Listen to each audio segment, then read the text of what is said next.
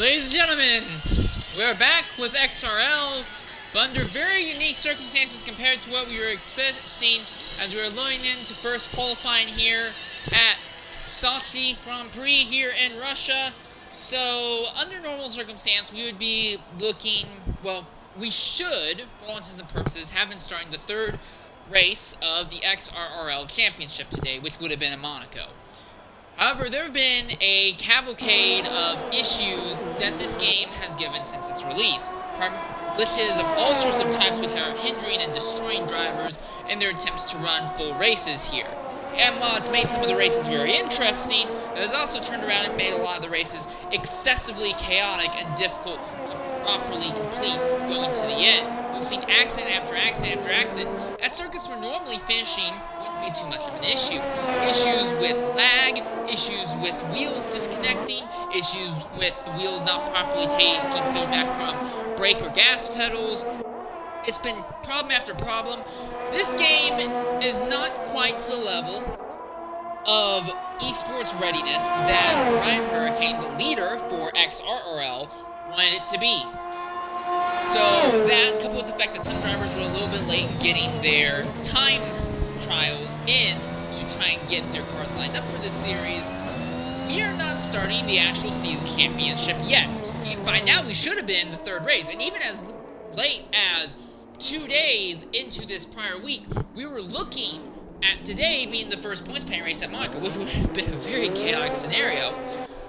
But as it stands right now, everybody here is fighting for points in a truncated, almost meaningless championship because there's basically no good way to ensure that you can run a full proper race here with all the various glitches.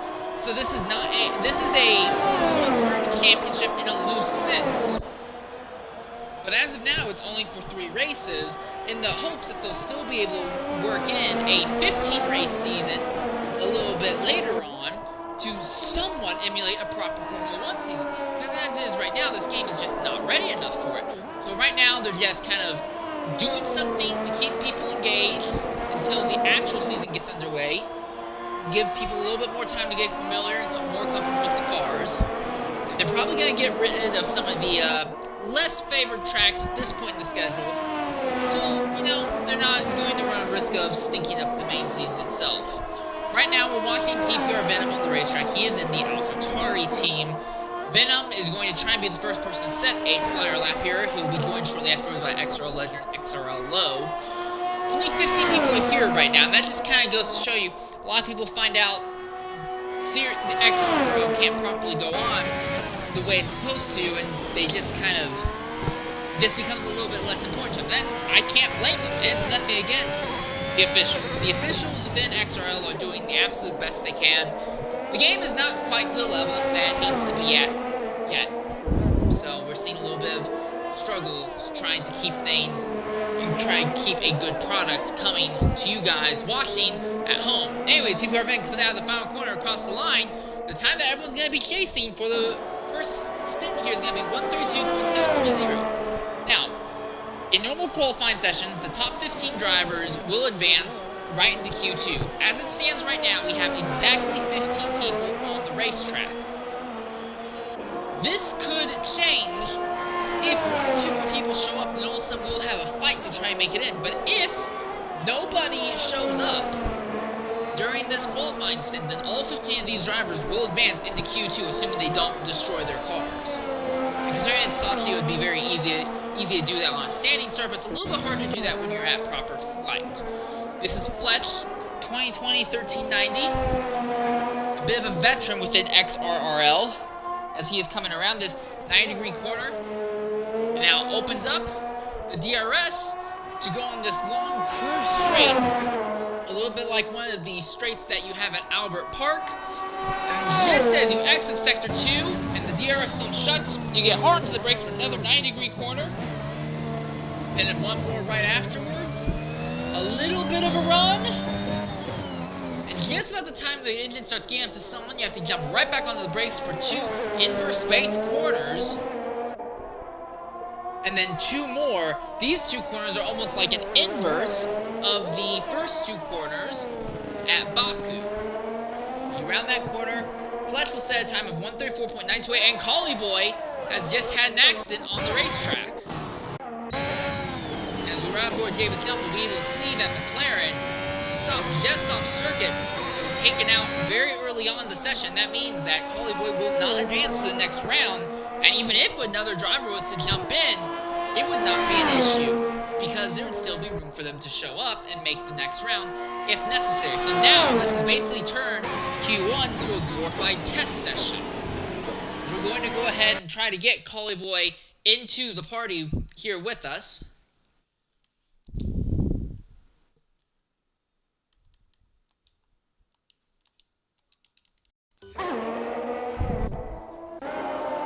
Fiend is on an outlap right now in that Alpine.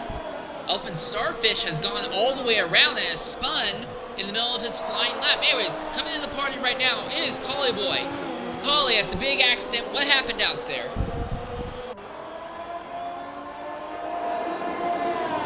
Collie Boy, can you hear me?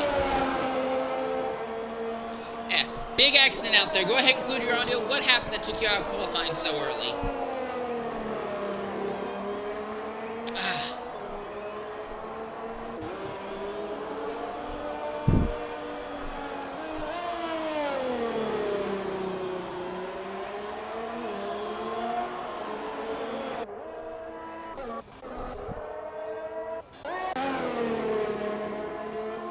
Alright, well, you'll be starting dead last in the race itself. Do you think you can recover from that?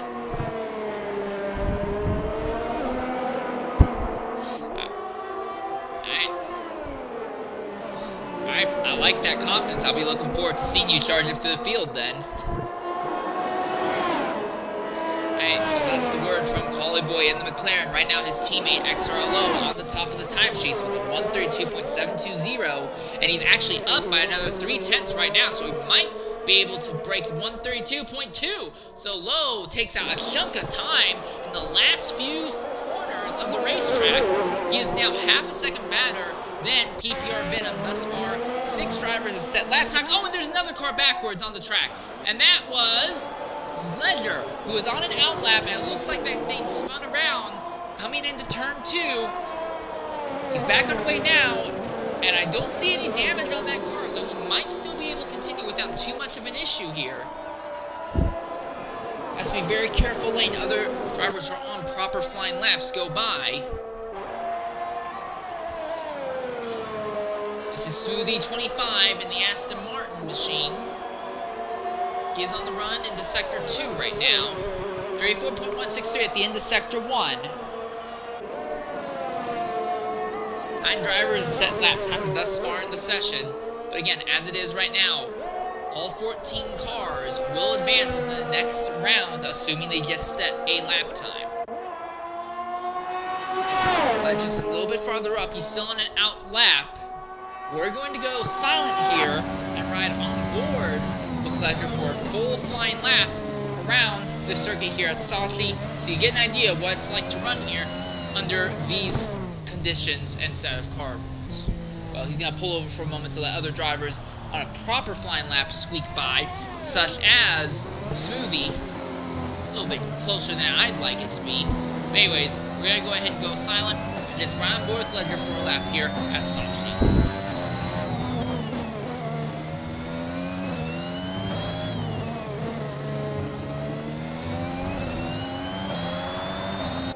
And he invalidates it right at the start.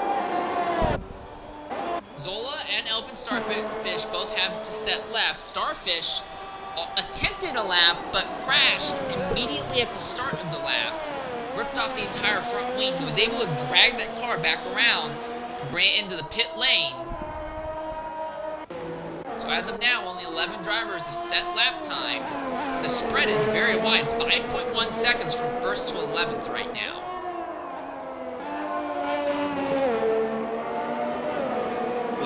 Depending on how hard Mr. Anderson's pushing, we might see him a little bit higher up the order here.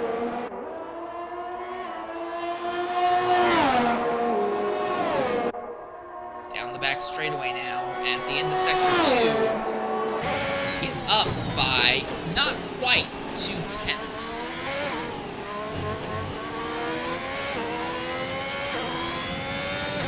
here, Sector 3, these last 5-6 corners, there where you gain the most amount of time on this circuit, but they're also the corners that's basically impossible to make any sort of overtake opportunity at. So they're almost street circuit like, and not a decent street circuit like Singapore, but a very bland street circuit like what you'd see at, you know, taking a random race out in the middle of, I don't know, think of a random city, Brussels, and try and make a street race there. It's not very well designed, that final third sector, because a lot of this track was built around Russia's old Olympic Park here in Sochi.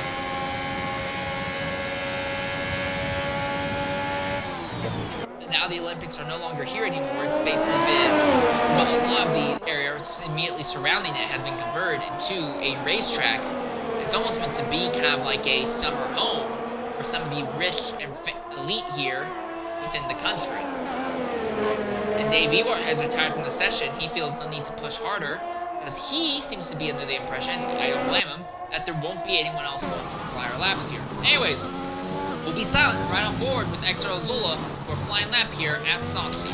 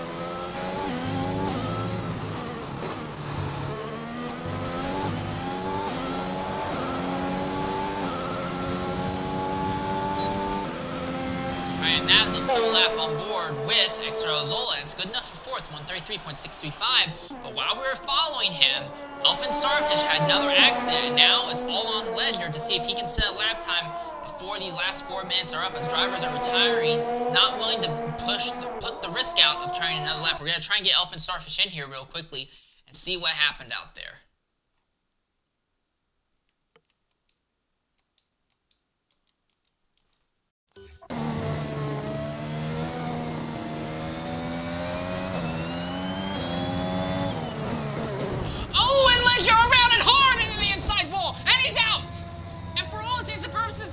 Session is now over. Ledger with a massive accident as he got onto the throttle going in through the Sector 3, and we have now had 3 accidents in Q1, a session that might as well have been a glorified test session, and due to the game just not being in a proper state, we're not seeing many of these drivers be able to even complete what's basically a glorified practice session.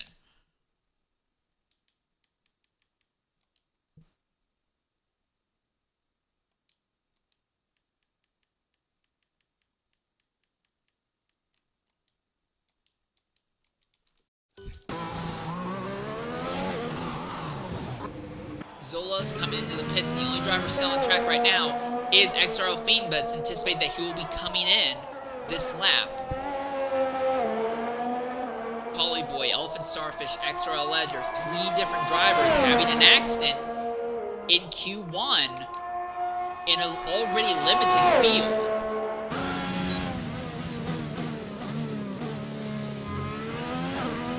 Be careful through here, Fiend. This is the same area that Ledger had his accident at.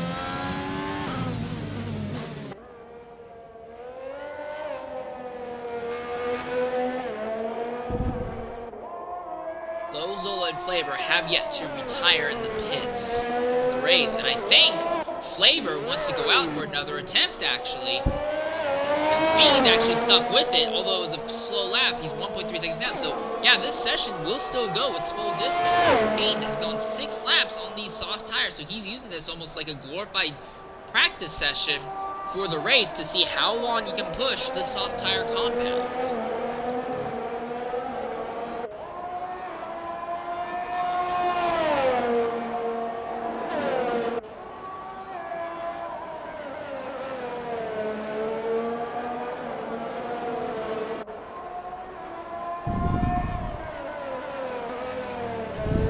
Fiend up by 14 thousandths at the end of Sector 1.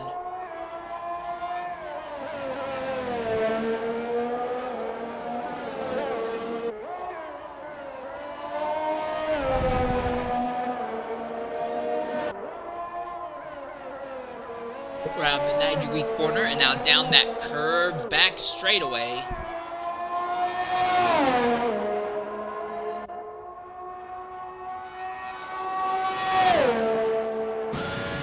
Out of Sector 2, he's up by 13 hundredths now.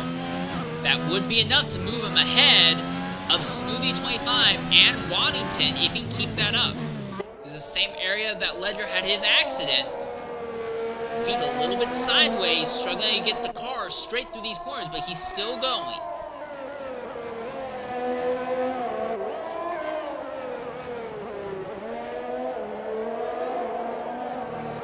He's improved to 136.217. All that time he gained, he lost most of it there in that little wiggle in Sector 3.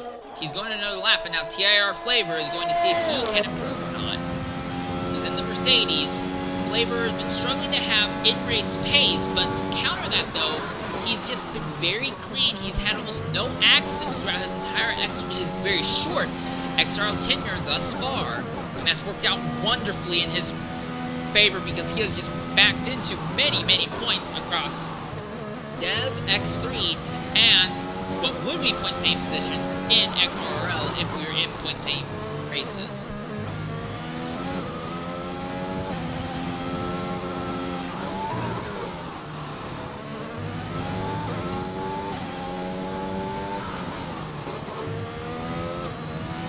Mercedes seems to be a little bit twitchy for Flavor.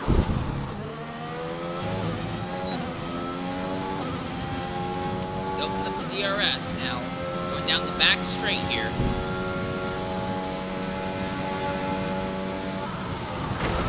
He's up, oh, and he's had an accident!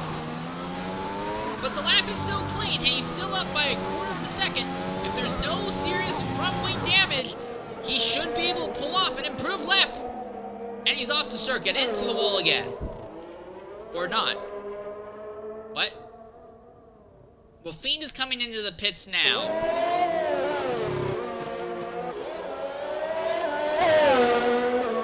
He was up, but he invalidated at the last quarter of this track, but he was up by half a second. That would have been enough to hypothetically bring him up into 5th in timesheets. But again, went a little bit wide out of the last corner and invalidates it.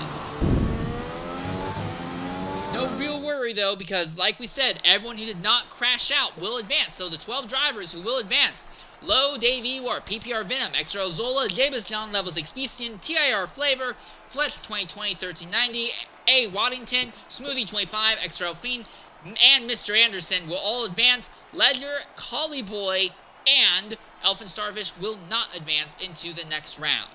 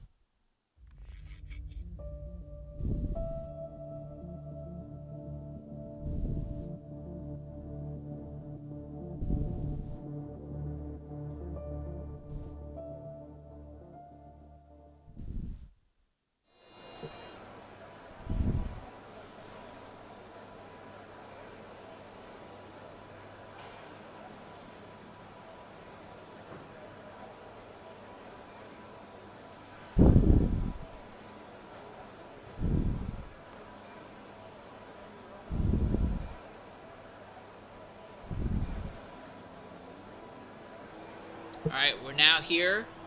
Round 2 of qualifying already. We're seeing the McLaren of XRL Low pulling onto the... I'm sorry, that's not McLaren, is it? That is... That's PPR Venom, actually, in the Alfa Romeo.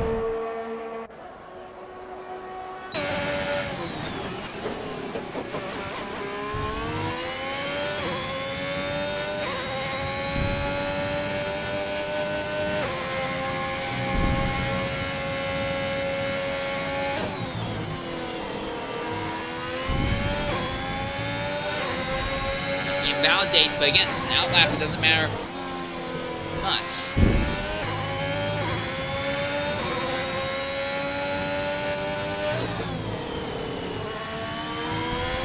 No one else on the racetrack yet, although we're going to see his teammate, Mr. Anderson, trying to be the next person to get onto the circuit here.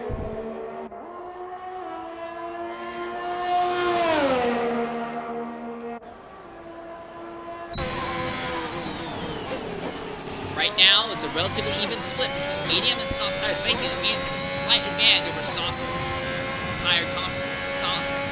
equipped cars. There are 7 cars with mediums currently equipped and 5 with softs. Everyone who's out on the track right now have mediums on.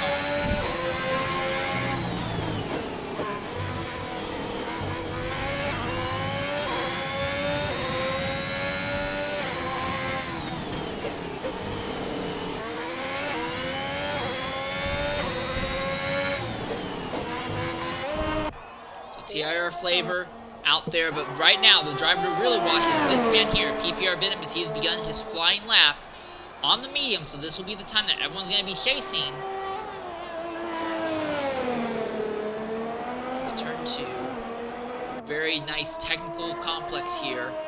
I actually like this set of corners. Turns 2, and then this long sweeping bit. I actually think it's one of the few good elements of soccer. I don't care much for anything else at this circuit. But I think that little section is pretty cool.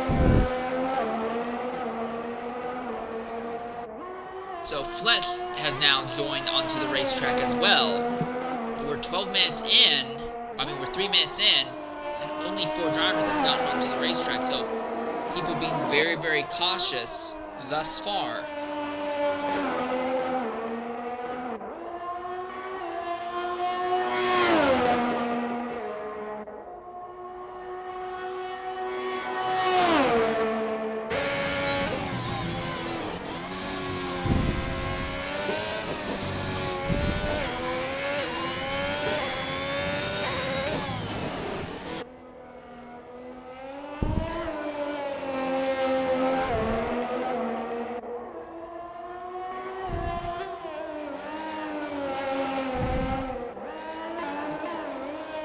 Last corner, a little bit of a shake there from Venom, but at the line, he will set a lap time of 1:33.906.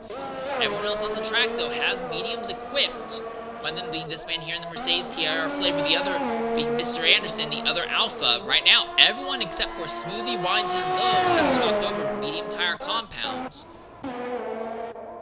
Fletch is about to start a lap here very shortly. He's got one more corner and he'll begin a flyer. The real interesting one is going to be Mr. Anderson. He's going to join his teammate.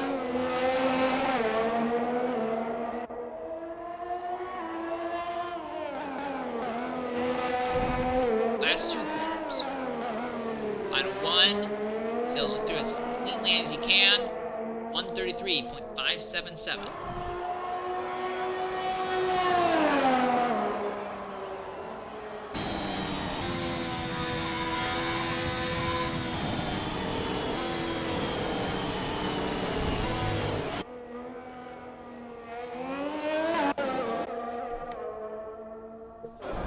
Flavor invalidated his first flying lap, so he's going to have to go again. Dave Ewart, the Red Bull, is now beginning a running lap, and he will be joined by a Waddington. And he will be joined by this man here, XRL Fiend. So drivers are now finally beginning to make moves onto the racetrack. Javis John is coming out of pit lane as well.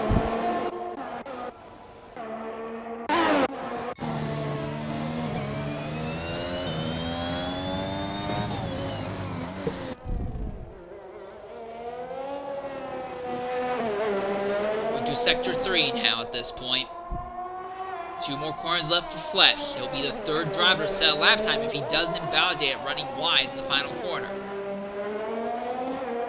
Line, 134.862. Everyone thus far has medium tires equipped except for Smoothie 25.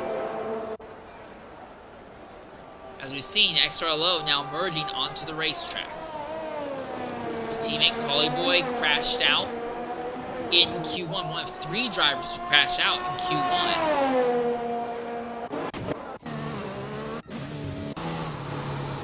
TIR Flavor, as he's trying to wrap up his lap now. No, he's avoiding it actually. He's coming into the pit lane.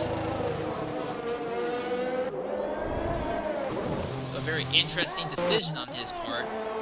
Dave Ewart is still on a flyer, or has just begun a flyer, I should say, as has A. Waddington, just a little bit behind him. It's level 6 BCN who has merged onto the track behind the Honda-powered Red Bull.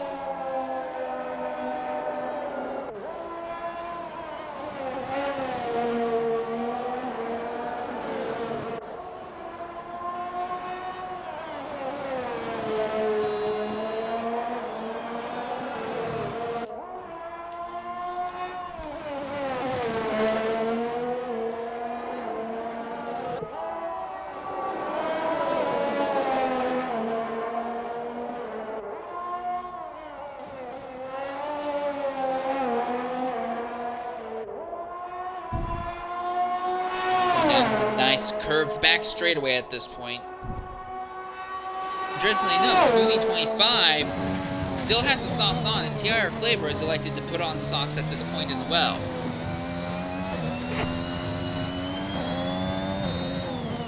Flavor looking for what might be his first chance to get into Q3.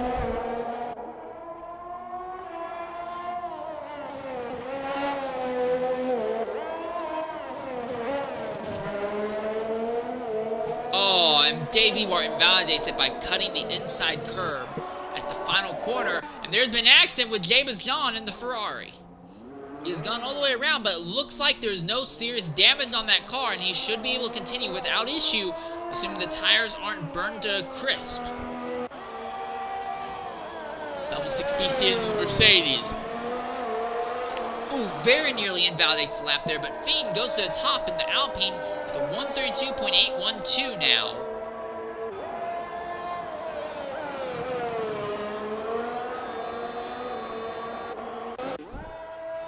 Oh, and low! The other McLaren! So both McLarens have now had an accident in both qualifying 1 and qualifying 2. However, Lowe is lucky he is going to be able to get away with the car still in mostly one piece, so he'll be able to bring the car into pit lane, repair that front wing, and get underway.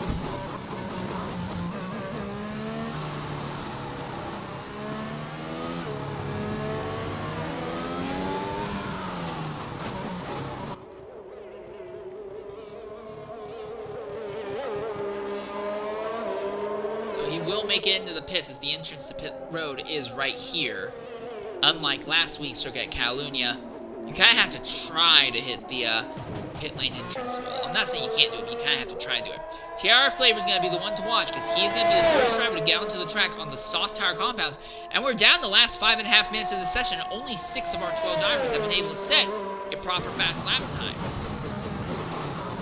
7 now, as BCN has crossed the line with a 133.970, and James' gone time is a 147.209, so it's not a very competitive time by any means.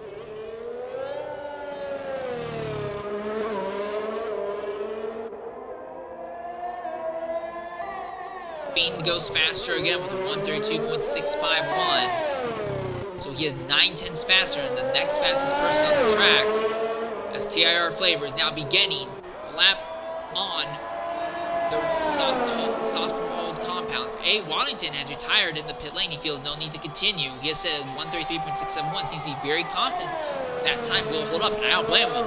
With less than 5 minutes left in the session, it seems very reasonable to assume that's the case.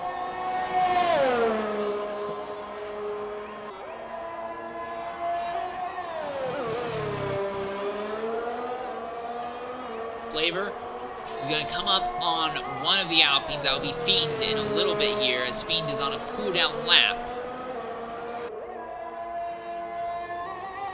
Now, a lot of this circuit, it's permanent but not at the same time. It's got a weird hybridization of permanent circuit elements and street circuit elements.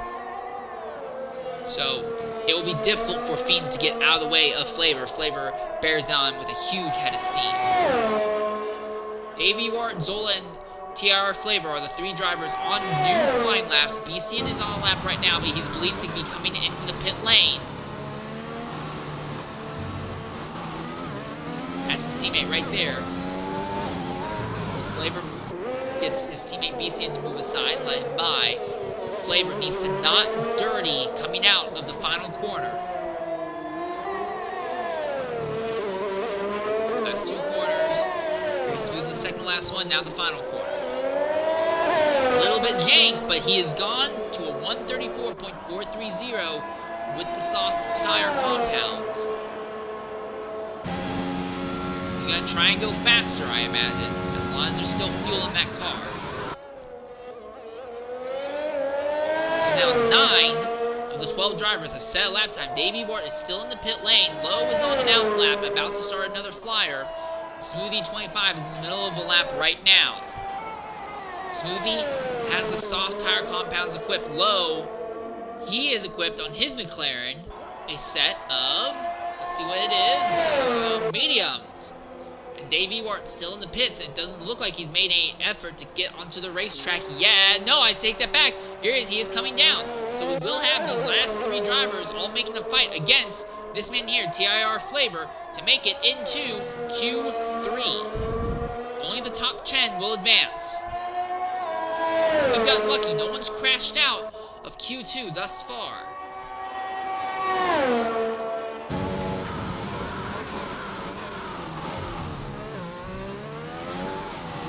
How that was not invalidation by Flavor.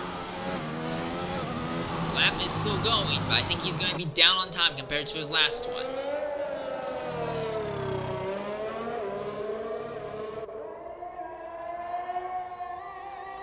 And he's aborting. He is coming into the pits, so his time of 134.430, I don't think that's going to be good enough. That is his best lap on the softs, and even then, I don't think Flavor's lap time is going to be good enough to get him into the next round. Unless Smoothie, Lowe, and Davey, or unless two of those drivers all fail. Smoothie goes to the top, 131.854, so he's the first driver to break the 132 barrier. Lowe is in the middle of a lap, as is Davey, who are about to begin one. Flavor is on the bubble. Fletch is on an out lap right now. Lowe across the line, up to fourth, 133.312. Flavor will not have enough time to get back onto the track and run around the circuit to set another flyer. So it's over for Flavor. Davey, or is the last driver who will need to set a lap. He is in the Red Bull machine right now. Fletch is on the bubble. And he is on an out lap right now because he knows time is running out shortly. These two are the only two, Fletch and Davey Wart. It's going to be the two of them trying to stay ahead of Flavor and each other to get into the next round of qualifying.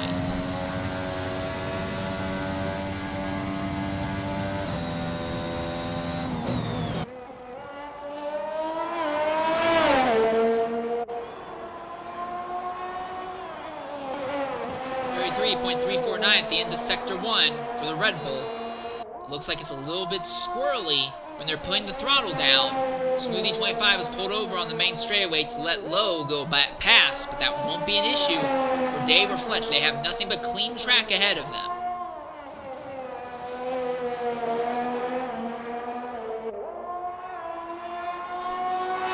The clock has elapsed now in Q2. Davey Wart waiting until the last minute to set a lap time in the session.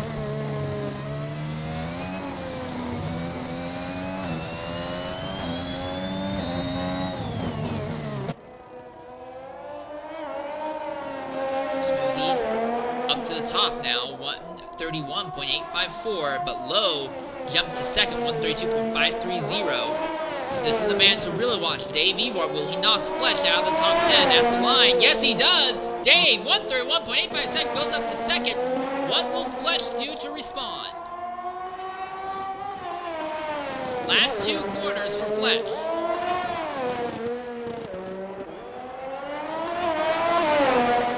And he's in! 133.730, and neither Mercedes will advance at the last minute. TIR Flavor and Level 6 BCN both get bumped out going into qualifying session 3.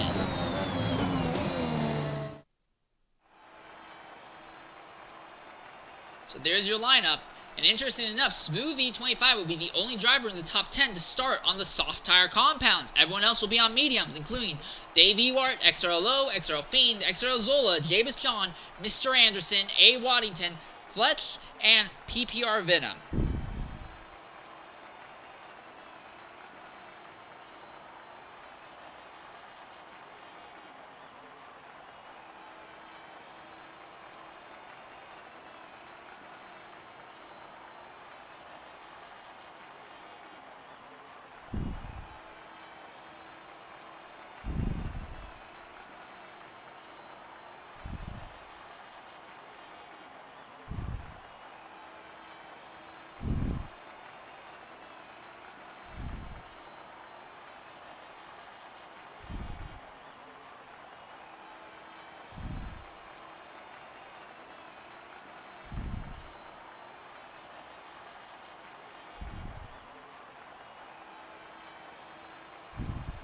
Just stand by right now until we get into qualifying session 3 here.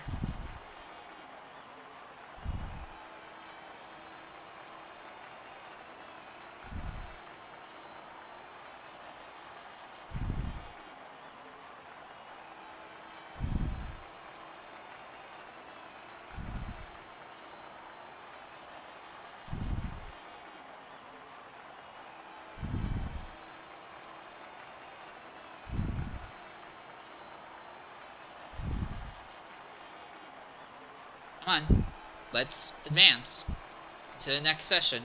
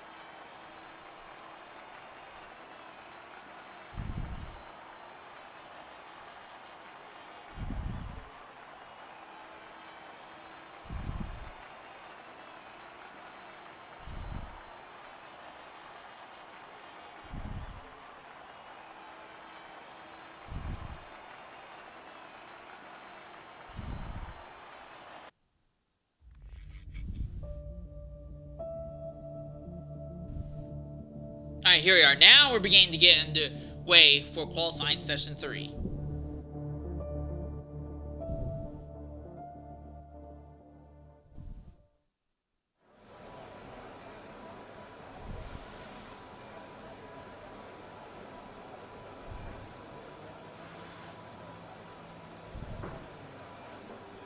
So 10 drivers going at it here.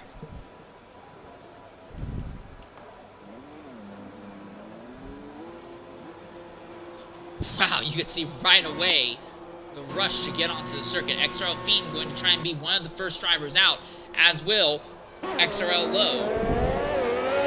And I believe that's Mr. Anderson, actually, who's just a bit ahead. Or is that Venom? No, that's Venom. Venom is actually going to be his teammate onto the track now.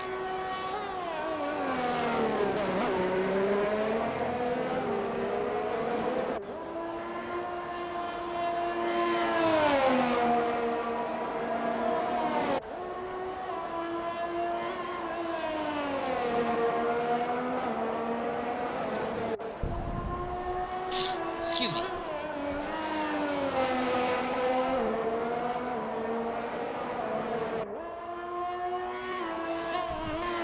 Venom will try and be the first driver to set a lap in the session. Now, Fletch has gotten onto the race circuit, and we will see Jebasyan merge on as well very shortly. Again, Q3, these tires aren't likely to be used in the race. That's not saying they won't. They haven't been used. We've seen that happen before. They're not likely to be used.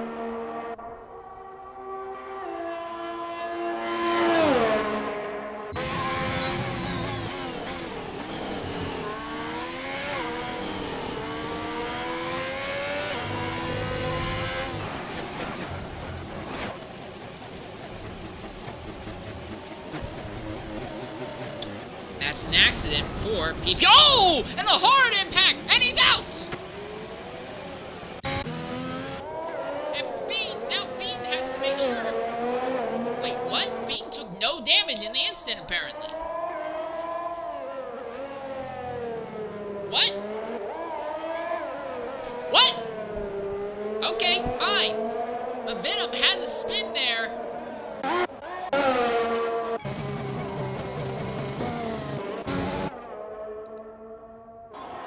That was weird, but we're going to try and get PPR Venom in here to see what he has to say about what happened there that took him out of Q3.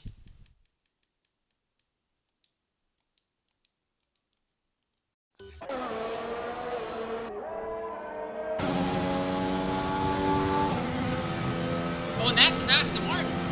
Who is that back there? All right, well, coming into the party right now is PPR Venom. Venom made it into Q3, but an accident takes you out before you even get a start a flying lap. What happened out there?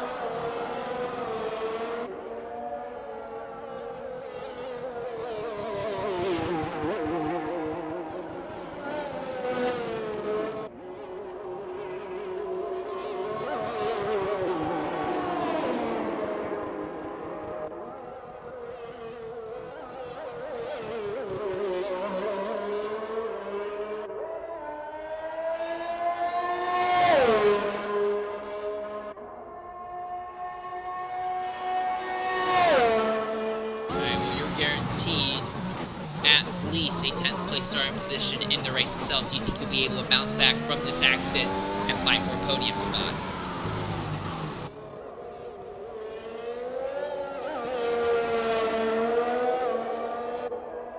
Alright, we'll be interested to see what you do today. Also, just to rub a little bit of salt in the wound, that Alpine that hit you, no damage. He just set the fastest lap time of Q3. So, go out and get Tiger. Alright, that's the word from PPR Venom.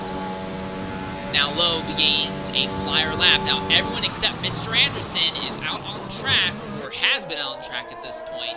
And Fletch goes to the top now, 133.079. It looks like it will be a good run for him, but right now my interest is on this man here, XRL low in the McLaren.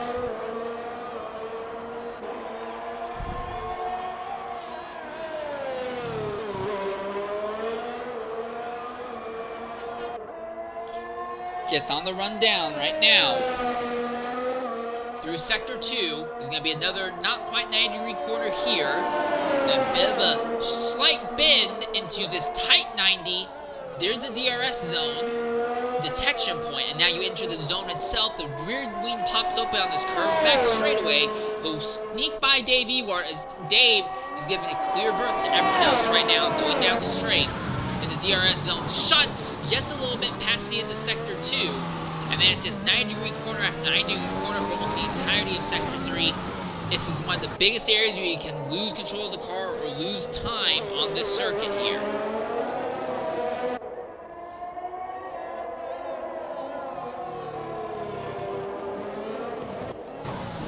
It looks like he's aborting the lap that he was on. Now here's a man who's not aboard yet, 33.578 at the end of Sector 1. That is A. Waddington in that Williams machine.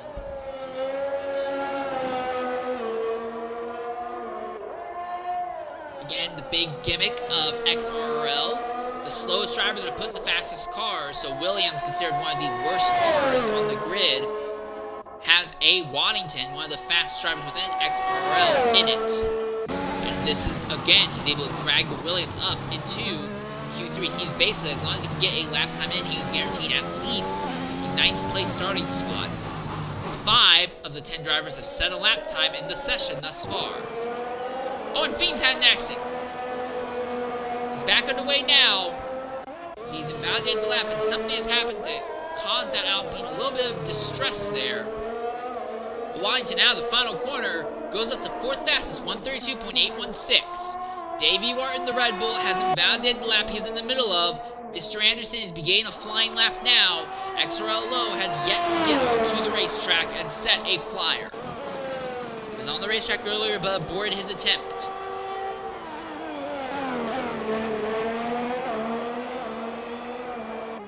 The section of the circuit, it gradually gets tighter as the speed gets faster, so you're constantly making micro adjustments on the steering wheel, and then just as it straightens out, you're jumping onto the brakes for that 90-degree corner. Look at the Alpha sliding the rear tires just a little bit on power exit, 33.544 at the end of Sector 1, around another 90-degree corner.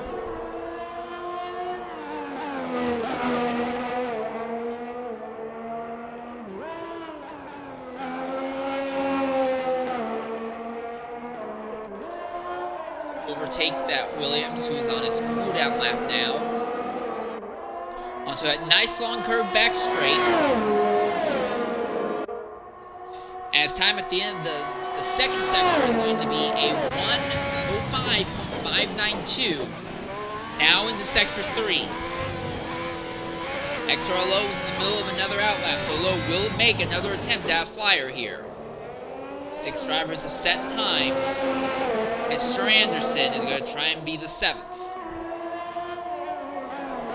As we see A. Waddington pulling into the pits a little bit farther back. Less than 4 minutes left on the clock here. Anderson jumps up to 3rd, 132.654, but no one thus far is touching Smoothie's time of 131.884. Fletch is on an outlap, and Low is now beginning a flyer. We're following him earlier, and he aborted. This is his next chance at doing this. 205 miles an hour at the end of the front straightaway.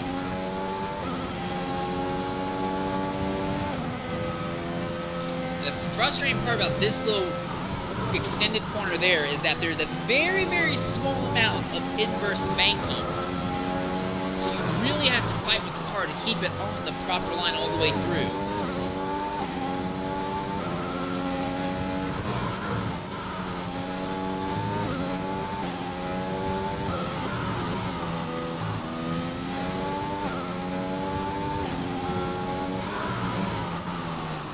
To the 90-degree, and now onto this on back straightaway. Excuse me. So at the end of Sector 2, it's a time of 104.746, so he's looking very strong right now. A little bit rough on the brakes.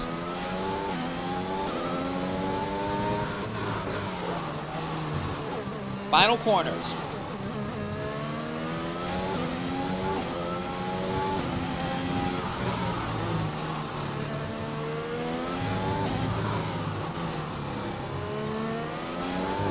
At the line, 131.7 flat. That is the fastest time we've seen thus far in the session, and the spread from 1st to 8th alone is what seems to be a good 2.4 second spread. Normally we like to talk about how close the times are. Today it does not seem like the times are very close at all on this circuit. Davey Wart is now out on track. He is the last driver who has yet to set a time. He waited until the last moment of Q2 to set a time that easily got him in to qualifying session 3. Now it's for the pole. He is guaranteed at least a 9th place starting spot if he doesn't destroy the car. But everyone right now is in the middle of either a flyer lap or an out lap trying to improve. Fletch is up on time by almost a full quarter of a second at the end of Sector 2. If he can keep that together, that would bring him into contention for 6th against A. Waddington. 2 more corners left to go for the AlphaTauri Honda. Now just 1 more corner. Do not run too wide on the exit, or too far out on the exit. Jumps up to 3rd, 132.464. He gained a ton of time in the 3rd sector. Smoothie began another flying lap here. Low has invalidated the lap that he was on, but it's a cool down. He's not going to go for another shot at this. He only has the pole position, though, by 18 hundredths of a second right now. As we watch Dave Ewart as he is about to begin another flying lap here. A little bit wide, starting the lap that might compromise it just a little bit.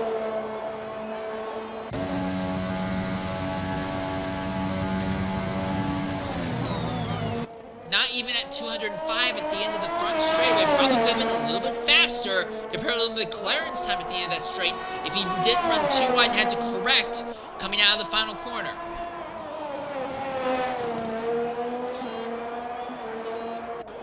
Now across sector 1's end, 33.401, so where he doesn't have in the straights, he seems to be making up well enough in the corners.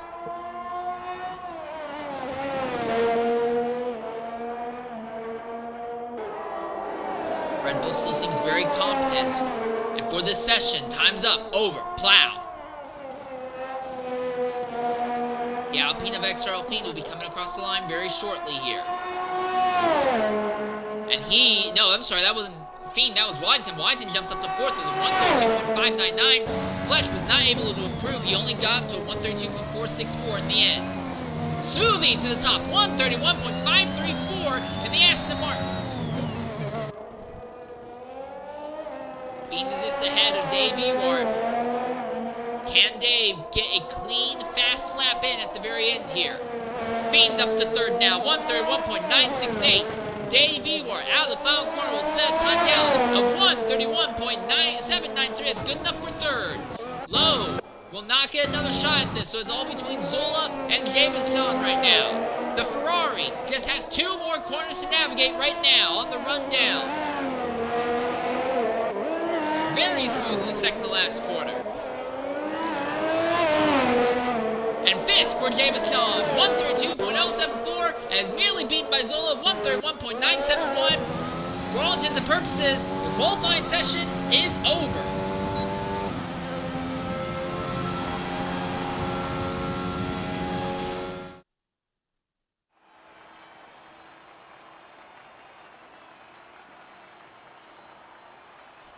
There's your final 10 of 10. PPRVM does not set a time, and Mr. Anderson, the other Alfa Romeo, will start 9th, Waddington 8th.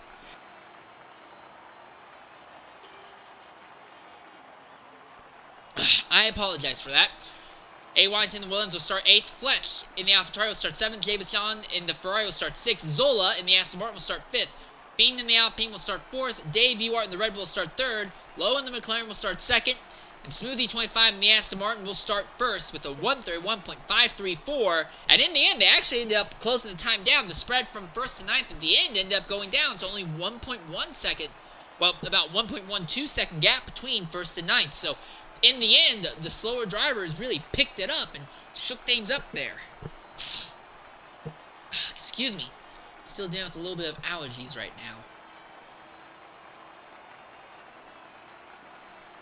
But we will now prepare to get underway for the race, which should be going in about 5 minutes, if not less.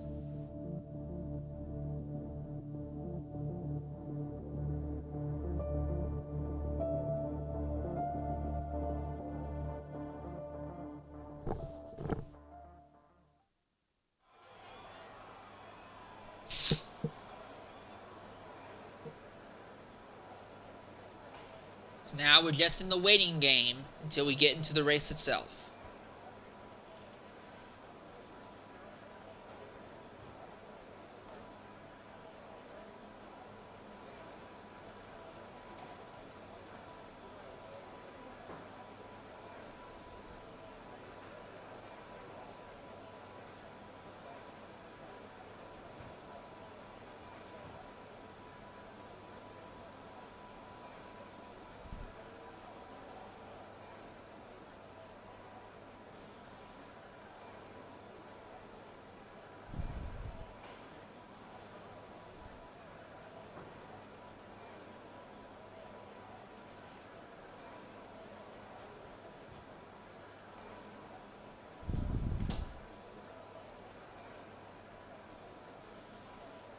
Just standing by for the moment. It'll be a bit of a delay until we get into the race itself. There's normally about 5 minutes from the end of Q3 until the start of the race, so that way drivers get time to lock in make sure their final setups and tire choices are locked in, especially tire choices of drivers outside the top 10. And that's the other thing, only one driver in the top 10 will be starting on the soft tire compounds. Everyone else will be getting on the mediums. So that'll be something that will be very interesting to watch as this race goes on.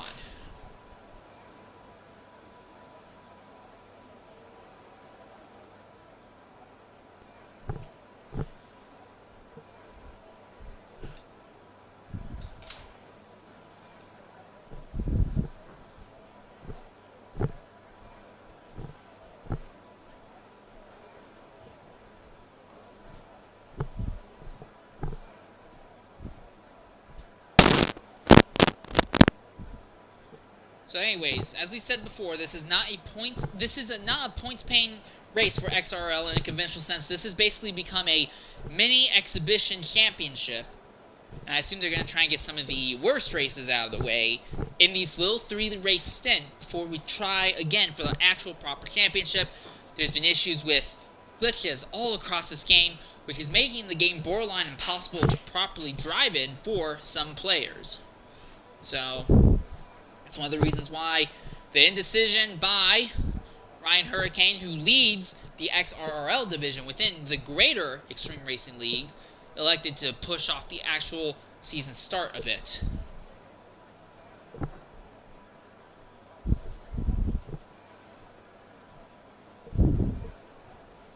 Again, we'll be at Sochi. Big thing to watch here at Sochi. Turn 1, on the start, you get right on the throttle and you have to go right into a very, very hard corner under throttle. It's not too much of an issue on a flying lap or whenever you have, a good rolling start. But from a standing start on cold tires, we have seen multiple massive accidents going into turn 1 there at Sochi. So in this game, in the prior F1 games, that is, not in real life. It doesn't happen too much in real life. So that will be something to watch here.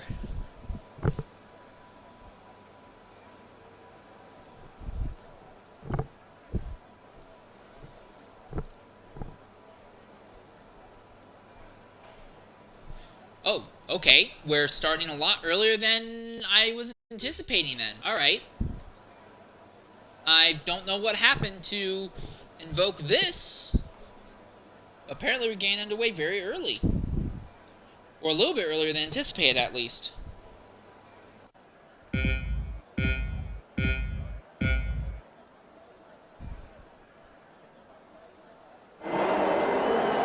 And it's lights out, and away we go here at Sochi, and right off the line, it looks like that Red Bull of Dave Ewer is making a huge move on the inside of the Aston Martin. There's an Aston Martin nearly into the wall further back, but everyone's made through turn 1 fine. It's Lowe who is at the top. They're 3 wide behind him, though. Look at Dave Ewer. Look at James Dillon. He's come out of nowhere pretty much to jump into the 4th position. He's going to even try and take 3rd position if he can just make the inside around here stick. They're nearly 4 wide further back. Histrionics and PPR all over the place, and there's going to be a little bit of contact, so they're breaking there, and they're around, and that's Leisure, and who's that? Zola. Oh, and a huge spear right to the side by Ryan Hurricane into Zola. How does Zola get the penalty? Ryan Hurricane was the one who jumped into the side of him. That's not how that's supposed to work, game.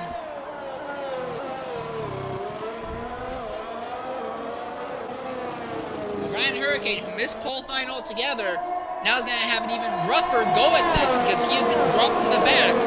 But at the front, it is Lowe with Smoothie 25, right soft tire compound just behind Dave Ewart and XRL Feet. They're in a little bit of a spat of their own right now at the end of that back straightaway as they now enter Sector 3.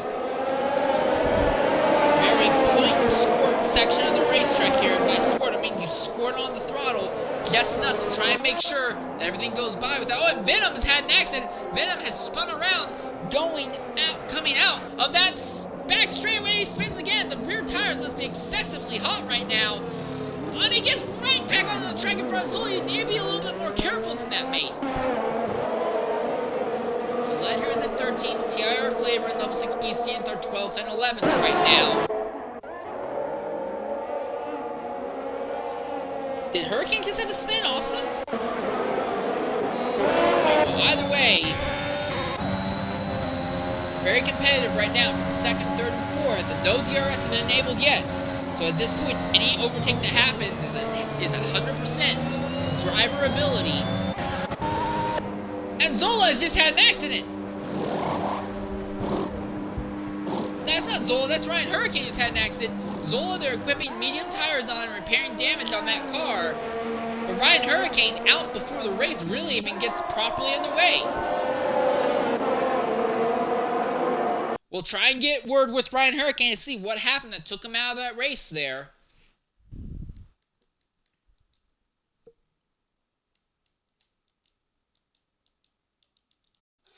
But here we are.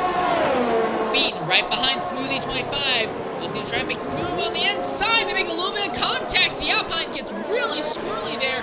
That's going to leave him open for a potential overtake by Dave Ewart. And maybe even James Conn if the Ferrari can get close enough. Ewart to the inside. Can't make it stick. Feed holds on to third. Ewart faster in the following quarter. They nearly make contact again. Side by side in a section that you're not supposed to be side by side at. And at the front it's going to be Dave Ewart over XRL Green. There's one more 90-degree quarter to go.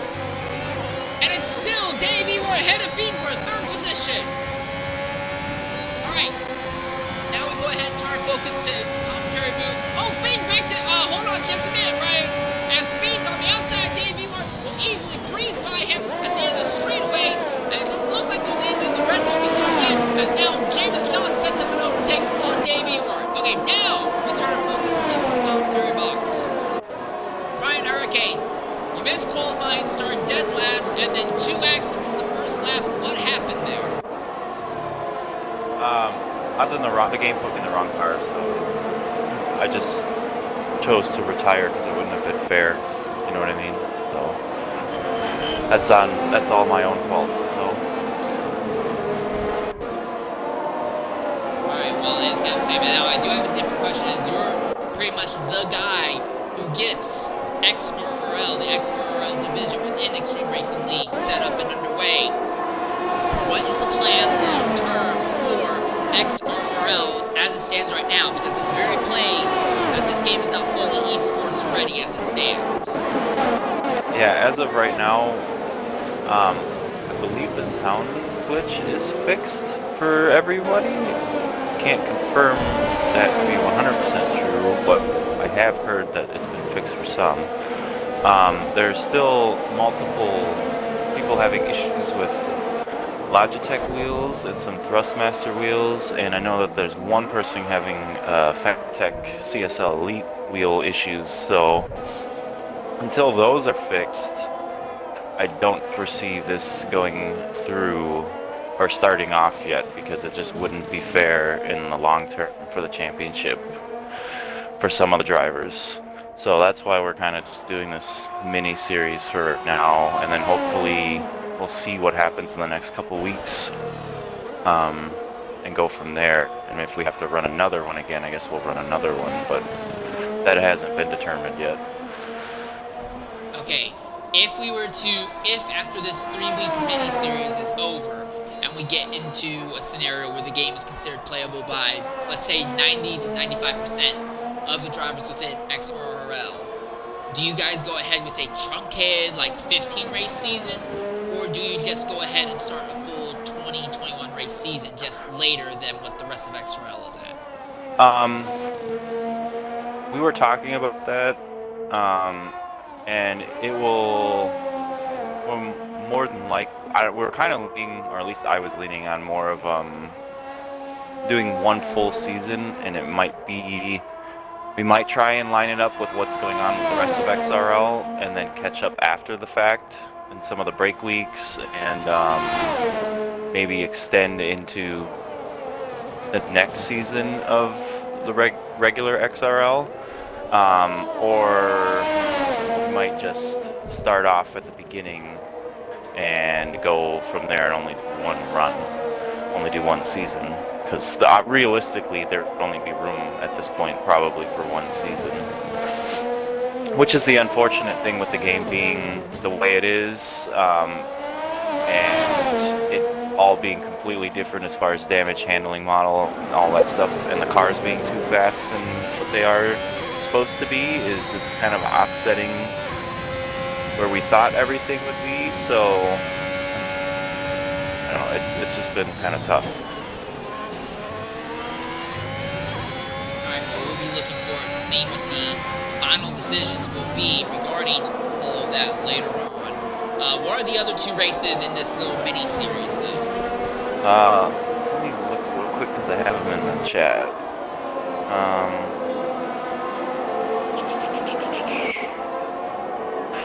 The next track is, well, they're Spa in Australia.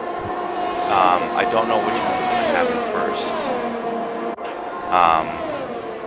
That we'll find out later this week when I pull up for the second race.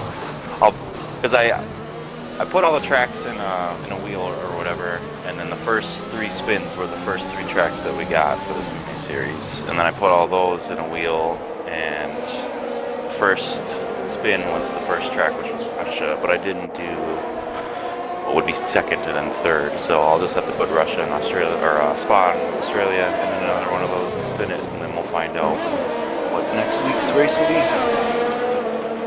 Alright, understood. We'll be looking forward to those results a little bit later. And thank you very much for being willing to share your thoughts with us from a official and, head official for XRL's decision here. Wow, look at Lynn with a huge dive, nearly trying to make it 3 wide at the end of the front straightaway. But yeah, thank you very much for sharing your thoughts and opinions on this, and we'll let you get back to whatever it is you need to do. Alright, man, well, take care, enjoy the race. Hopefully it's a good one. Alright, have a good time. Well, now we begin our focus once more on Ledger, using the soft tire compounds to cut his way up through the field. He has now gotten by A. Waddington, as up into the 6th position. Starfish, impressive run on his part, crashed out of Q1, didn't even start in the top 12, and here he is. He's already rebounded up into 5th position, so he's definitely got a good, fast machine in his hands. I know it's hilarious saying that when that's a Haas, but he's got it working right now. Collie Boy, meanwhile, has had an accident, so again, another incident by a McLaren driver. The entire front wing ripped off that car. He's going to have to bring it into pit lane as soon as possible.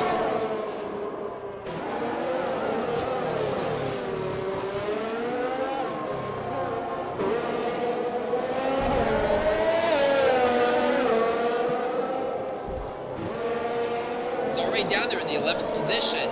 Going to lose that even to TIR Flavor, who's just behind. Not looking great for Collie Boy here. Accident in the first round of qualifying took him out, and he's still outside of the points-paying positions. Oh, and Venom has had an accident now. That's the same amount of damage, the entire front wing completely ripped off, and he is facing the completely wrong way on the racetrack. Now, he is far enough away from everyone else that he'll be able to get underway without issue, but still, it's not looking good for the driver. It's outside of the top positions here. Ledger has just snuck by James Collins, so Ledger continues to put those soft tires to good use out here. But this is the real interesting battle. Smoothie 25. He's going to be within DRS range of low on the main straightaway. Will he be close enough to make a move on the McLaren? Oh, and Starfish has just had an accident. Minimal damage to the car. Looks like it was just a massive spin, but still, his charge forward through the field is now over. Zola will inherit 14th over PPR Venom. Smoothie just not able to get close enough to low to really make a charge for the lead position right now. Most of the battles on the racetrack are pretty much dissipated at this point. Starfish is going to try and make another set of moves on Fletch, I imagine. Other than that, it looks like the circuit is relatively, strung out. The racing on the circuit is strung out. Starfish will have DRS on Fletch going down the straightaway here. Low now has a time penalty against Smoothie, so that will work out in Smoothie's favor as this race goes on. Here comes Starfish with a massive run against Fletch. He looks to the inside, neck and neck at the end of the braking zone. And he'll take it really aggressively, but now Starfish is back up into the 9th spot now. Fletch trying to fight back. Not working quite as well as he wanted it to.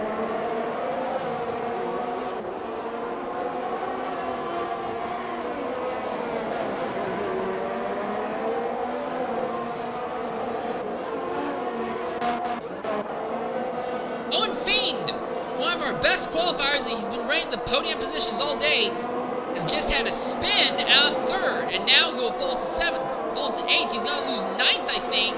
Lose 8th now, I think, to Elfin Starfish pretty quickly here. Oh, and he spins around again!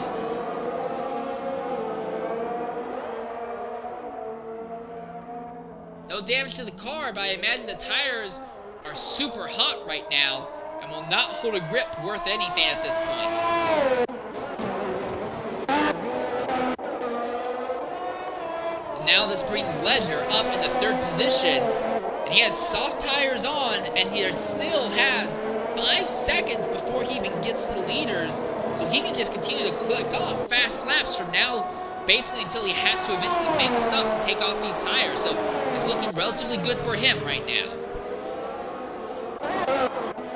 Dave Ewar has just gotten by TIR Flavor. Will try to get by TIR Flavor on the straight, but Dave Ewar ended up having a little bit of a hiccup there, coming onto the main straightaway, now falls way off pace.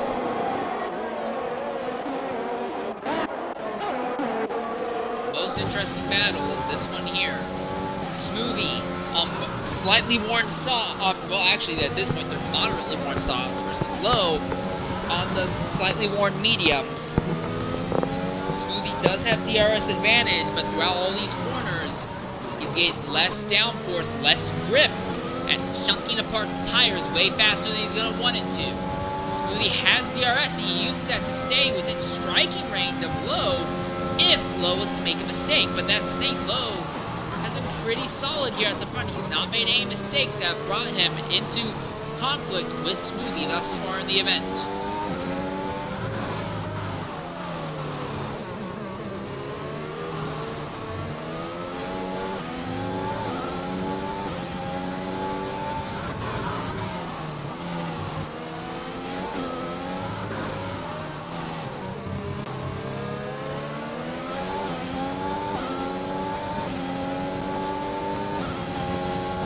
Still ahead, still pulling on Smoothie. Also seems like the McLaren might be just a little bit better kitted out for straight line speed at the moment. Another battle watch is a little bit farther back. Dave Ewart and TIR Flavor have been going back and forth for this final points paying position. Dave very nearly cuts the track there, but it brings him a little bit more speed gain onto the main straight. He has DRS against TIR Flavor. Cruise by on the inside. And it looks like that position is easily going to be his. Again, Flavor is saying is that he just does not have the pace to keep up. That's been the number one issue that's been hounding him throughout his very short, thus far, XRL career. He's just made that up by being able to avoid accidents. Holly Boys just at the fastest lap of the day on fresher mediums. But those times will continue to fall inevitably as drivers continue to burn up fuel.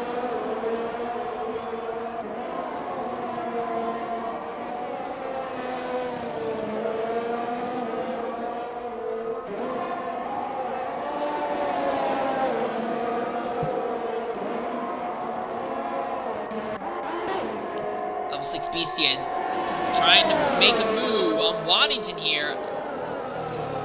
At the end of the back straight, he was ready, but could not make it work. Beastian, another one of the drivers who started on the softs, and the softs still seem to have enough ability that it's let him crawl up through the field. He's up into the 6th spot now.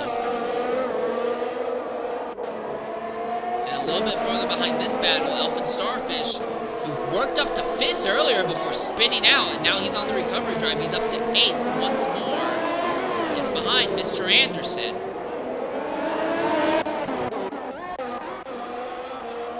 And it's happened! Smoothie has gotten by Low at the end of the front straightaway. Low is still within the draft to Smoothie, though. Might make a move under braking if he can just be close enough. but the gap is now beginning to extend in the other direction, so the soft tires have not fallen off yet. It seems like the softs are still very much within a prime operating window compared to the mediums.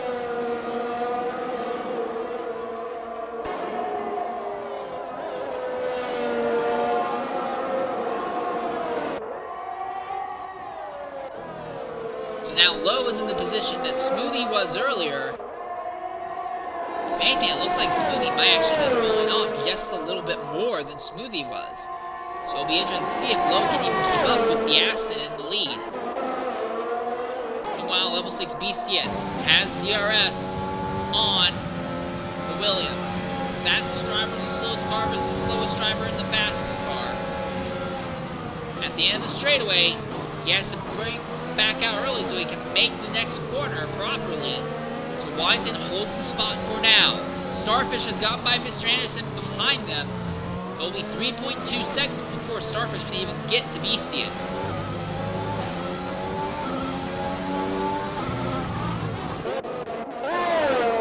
Back to the lead. Low has a good run on Smoothie. DRS open. He's laying on the ERS, but he's not going to be close enough to make a move under braking here. It's a little bit smoother putting the power down. But now he has to deal with the aerodynamic wake of the Aston Martin ahead. It actually closes just a little bit in the draft, exiting, but then loses it under braking in the subsequent corner. Farther back, level 6 Beastian right there, within a fifth of a second of Waddington just before they get to the braking zone.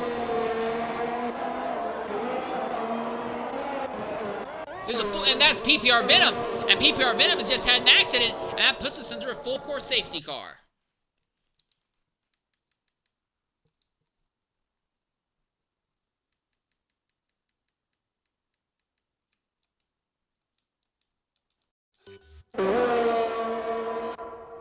Well, this could be very good if not for the fact that the softs seem to be working very well at this point. Drivers might take this as a case to take off the soft tires. But anyways, we now turn our focus to PPR Venom. Venom, sad to say, welcome back to the broadcast booth. What happened out there that took you out?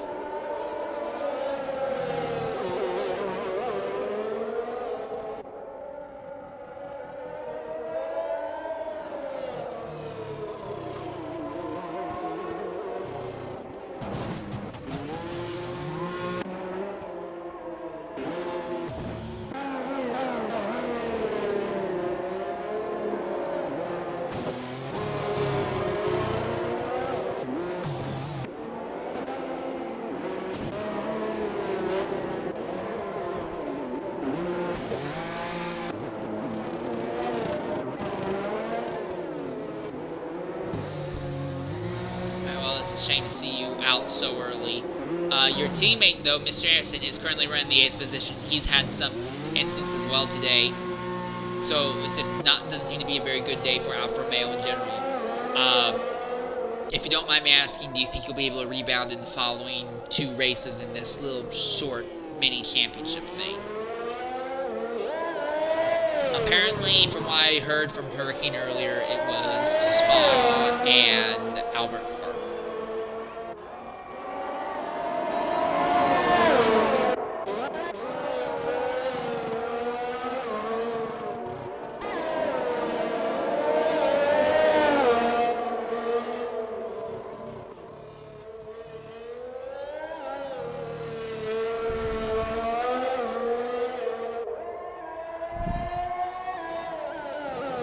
Again, it's a shame to see you knocked out so early, but thank you for coming in and sharing your thoughts with us.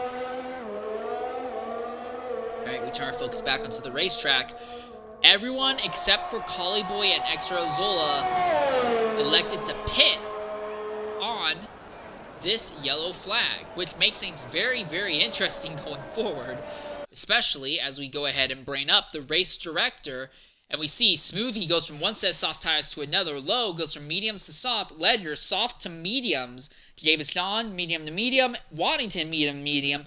BC, soft to medium. Starfish, medium to soft. Mr. Anderson, medium to medium. Collie Boy, medium to medium. Fletch, medium to medium. Davey Wart, medium to soft. TIR Flavor, soft to medium. XRL Fiend, medium to medium. Zola is still on the same set of tires he's been on for several laps. And then PPR Vita, medium to medium, and Ryan Hurricane, who is out of this race altogether. So a very interesting scenario right now. They're just waiting to see how long it will take for Zola to properly catch the back of the field. But for Zola, this has been a huge break for him because he gets to stay on the lead lap. He wasn't too far away from being the next driver to go a lap down, if not for Venom crashing out. So this is huge for him and brings him back into potential points paying position contention here. Start should be very interesting to watch, though. When they do get a restart going, he was bloody fast on the mediums alone. On the softs, he very easily could fly into the podium positions if he just avoids having to spin. And Zola is electing to pit now, so he'll have slightly fresher tires than the cars ahead, but now he's going to be even farther back from them.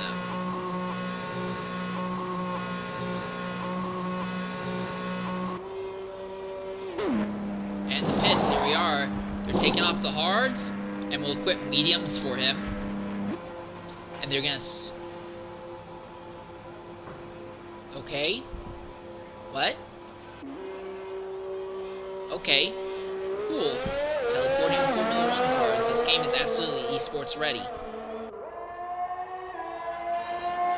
So Zola now has to rush to make up what's basically 36 seconds of a deficit here, and there's not a whole lot of straightaways on this circuit for him to do that efficiently at. It's already cut down to about 30 seconds. 25 seconds. So I think he'll just barely catch the back of the field before we get back underway green flag racing here. This is at 20 seconds now. The best way to close in on slower traffic here when you're going full speed is on the straight, so I think Zola will catch the back of the grid on the main straightaway itself.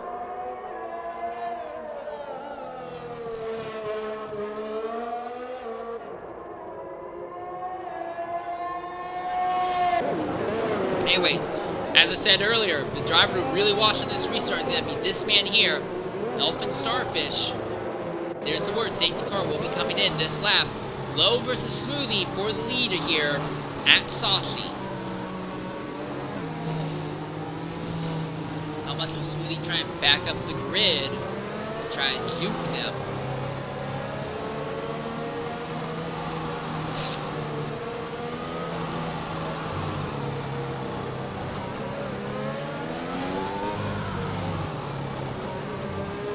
Final corner.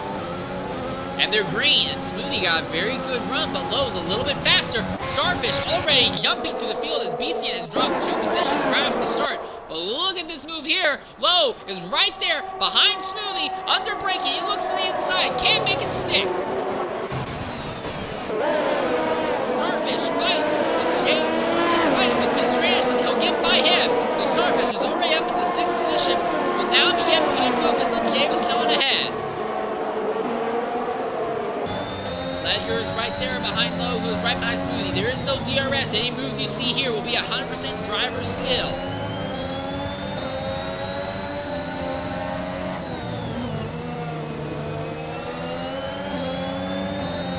We are Ledger to the inside of Low. He's there, but has to back out.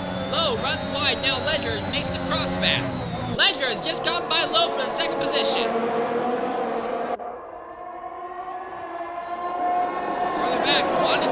Is holding up a train of cars behind. James Khan's going to want to get by him as fast as he can because there is a very, very fast Elfin Starfish behind who's looking to make moves.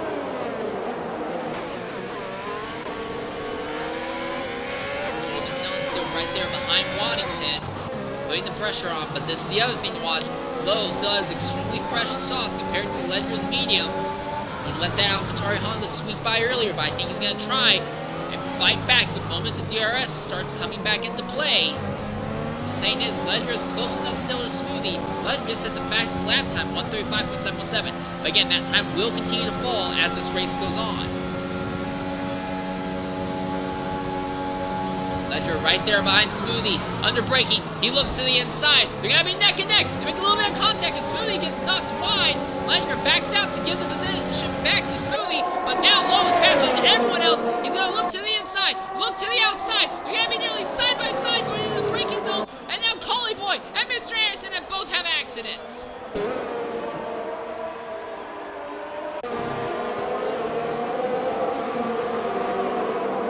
But Smoothie is now back ahead of Ledger, and Ledger is back ahead of Lowe. Elfin Starfish is there behind Jameis John, but DRS has not been enabled yet. Now, Kerfuffle at the front actually brought Fourth and everyone behind a little bit closer, ready to capitalize even more. Lowe has a great run on Ledger going down the back straightaway.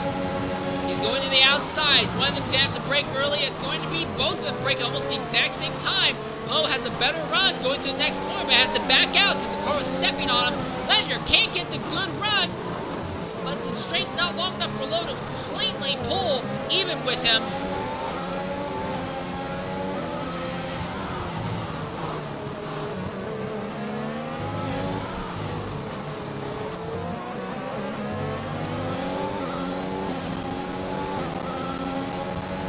A little bit better exit from the final corner will work out in Ledger's favor, because while DRS has been enabled, Lowe may have DRS on Ledger, but Ledger now has it on Smoothie ahead. This is the real interesting part to watch, as Elfin Starfish is on the inside of Jameis John. They both had DRS, and Starfish was still faster than Jameis John.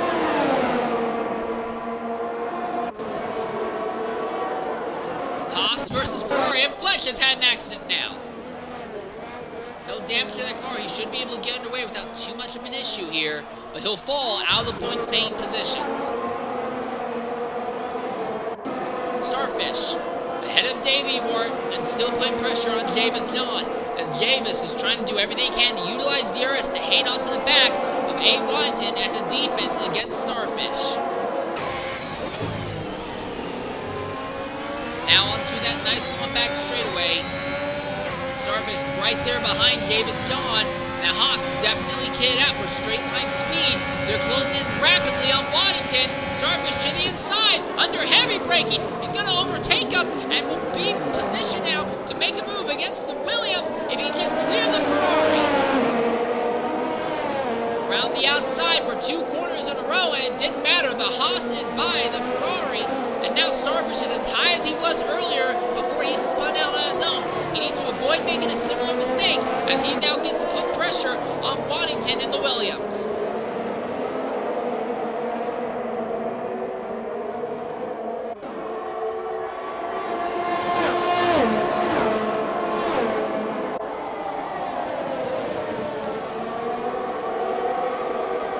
Down the straight, not close enough to make it stick. But Waddington and Starfish are both pulling away from Jameis John, so this is very much going to be a 2-car fight here. It's a little bit further back. Zola has just cleared level 6 Beastie under braking. This is going to be the real battle to watch, as Lowe is beginning to fall off a bit from Ledger, but Ledger is pushing his luck against Smoothie right now in the lead.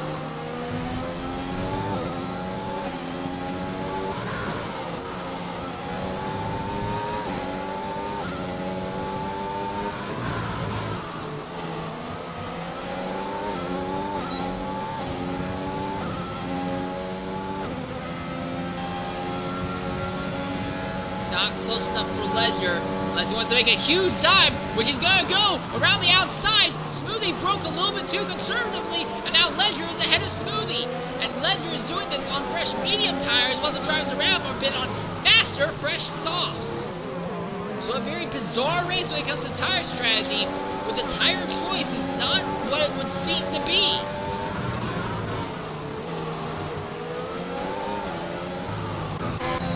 Not again! Starfish, another self-inflicted spin. Oh, and a hard into the inside wall now. Very nearly slid right in front of other cars that are on the lead lap. I imagine Zola's not going to be happy with that. And he's into the wall! And he's out!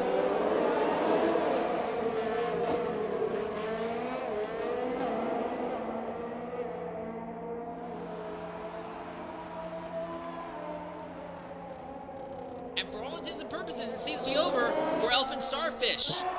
As now, Smoothie has gotten back by Ledger using some DRS. And this has brought Low back into the fray. But the fastest driver on track, without a doubt, is now out, and we're not even 20 laps into this race. We're going to try and get Elfin Starfish in real quickly to see what he has to say about what took him out.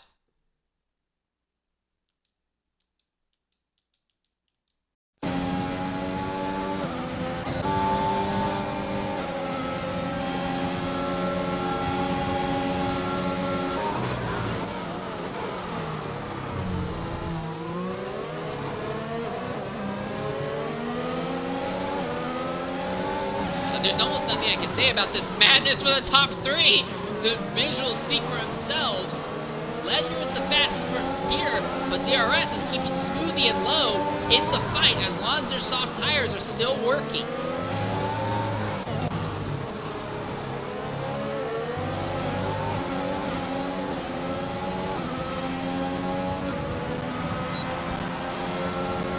This could be a perfect opportunity for Ledger to make a move at the end of the straightaway under braking. He's faster than Smoothie by a significant amount. Low pulls out to get some fresh air on the brakes, but not to make a move. Ledger could not make a move stick, but he's still right there. Waddington, Davis Gum fighting for fourth and fifth behind, but this battle for lead is mad intense. Now Ledger has a time penalty for track violations. He's not going to let that get to him, though. He continues to put pressure on Smoothie and make moves to make it look like he's going to make a move every single quarter.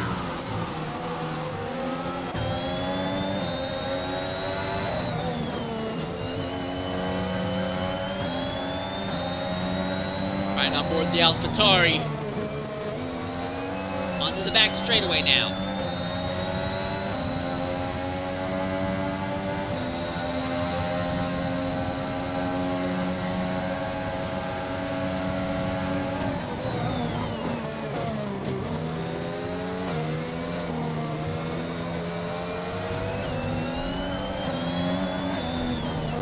Not good for Ledger as that car ends up washing out wide.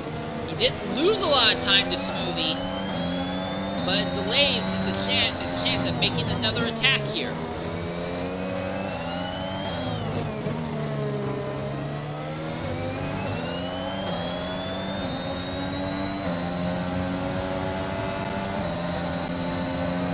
DRS, CRS, and a minimal drag setup.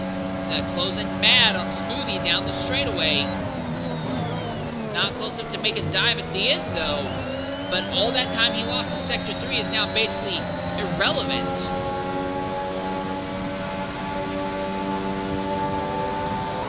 Two Mercedes power plant and a Honda power plant going at it here. Oh, look at that! Smoothie with a massive run! And he's got him! Ledger finally back by Smoothie. But now Smoothie will have DRS on the main straightaway if he can stay within a second.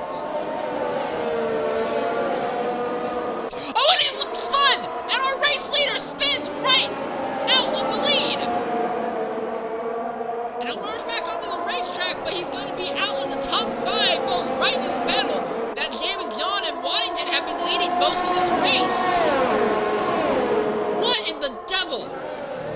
And now Low is gotten by Smoothie. Because there's another McLaren that held Collie Boy that held them up for just a little bit.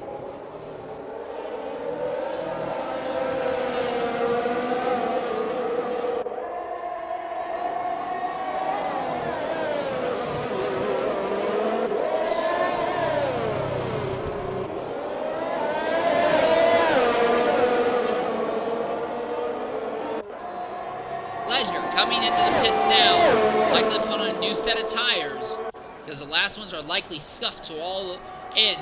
But now Smoothie 25 has fallen behind Low, and Collie Boy on fresh softs is going to be walking by both of them. Mr. Anderson has dropped all the way down to 10th. He's fallen behind TIR Flavor at this point in the event. He's going to try and get back at him in the braking zone, though. and he'll accomplish it. Hollyboy is actually still there, just outside of the lead lap. If Smoothie and Lowe were to go at it for 2 hard, 2 on, Hollyboy might be able to walk back by them and get back on the lead lap.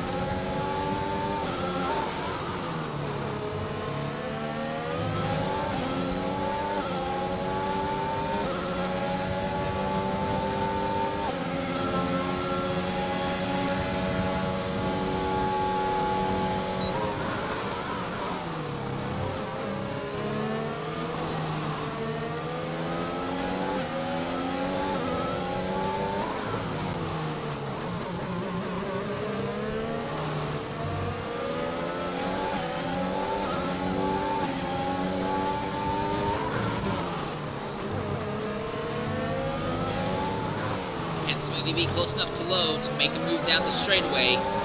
I don't think so. It looks like Lowe had a good exit. Smoothie has just been, although he's been able to overtake when Ledger was fighting with him, he's not been able to do the same thing to Lowe throughout this race. These two seem to be much more evenly matched, even without DRS. Here's the other battle of interest. Davey Ward holding on to the back of the fight between Waddington and Davis John. Williams versus Ferrari for the 3rd and 4th positions.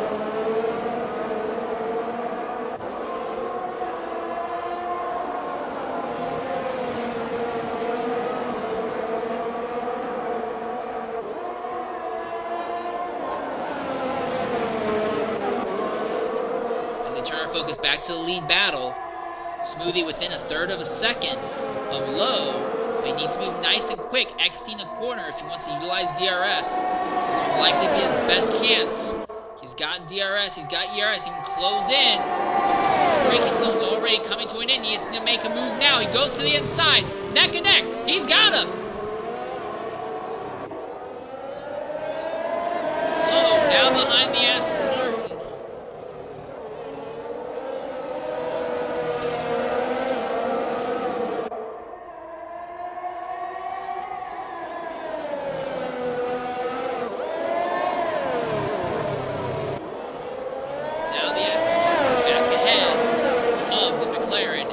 Is opening quickly, although we will see the McLaren start closing in again using DRS on the straight here.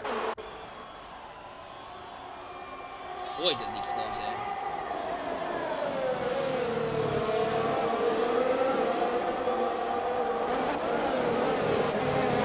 This battle continues, and now Fiend, the Alpine, has actually caught up to this fight, so now there's a Renault engine in the middle of this battle as well for 3rd.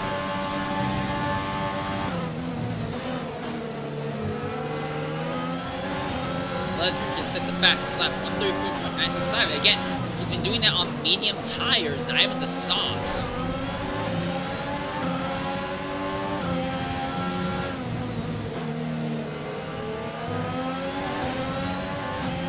Here are Fiend looking against Dave Ewart.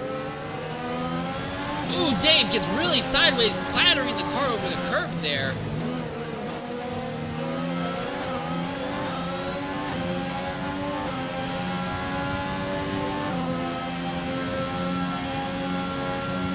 Not close enough to make a move on Dave, and it doesn't look like Waddington will be able to do anything to Davis John either.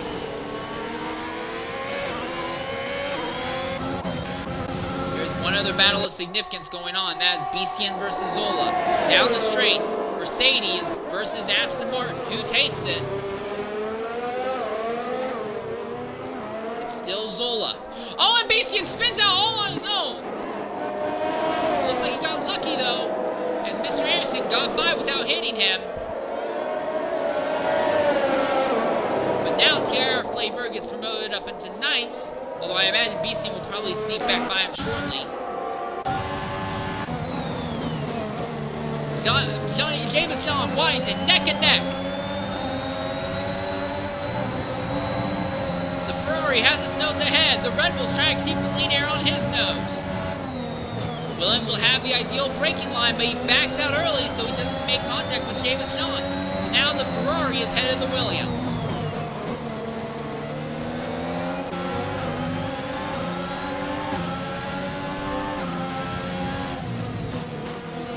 he sees TR Flavor having a little bit of a scrap farther back for 9th and 10th. Oh, Dave sideways again. That he clatters over that inside curb and totally kicks that car sideways.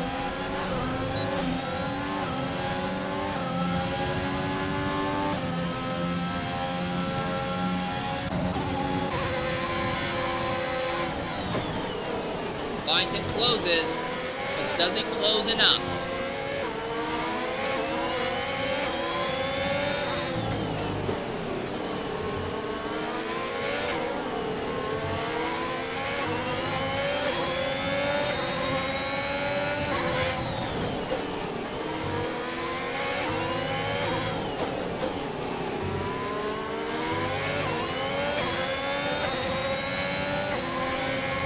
Also, of note, Collie Boy has just gotten back on the lead lap on pure merit. I mean, yes, he's on fresher tires than the drivers around him, but he has just gotten back on the lead lap, so that is absolutely worth pointing out. But this four-car train continues as Davis County leads Waddington, Dave Ewart, and XRL Fiend, so every single engine manufacturer represented here.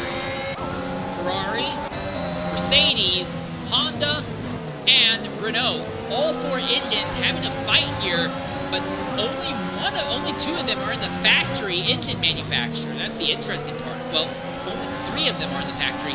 Waddington, the Williams, is not in the factory engine.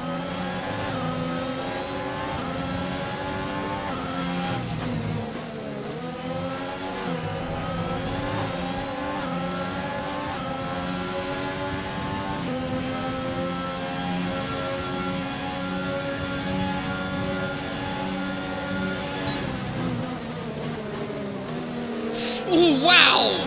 Fiend with a massive late braking maneuver nearly clatters into the rear end of Dave. Misses him by just centimeters, but they continue.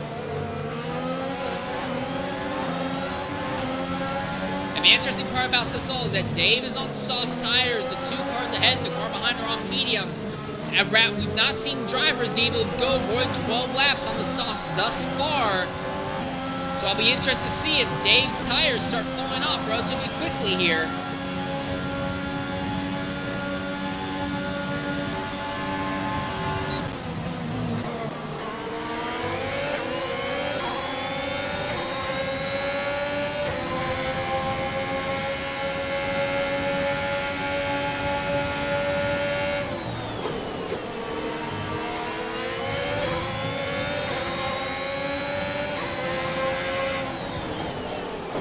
Again, no one seems to be quite close enough to make any moves stick in this four-car fray. There are other battles on the racetrack. There's this one here between Zola and Mr. Anderson. Mr. Anderson seems to be a little bit faster than Zola at this point in the race.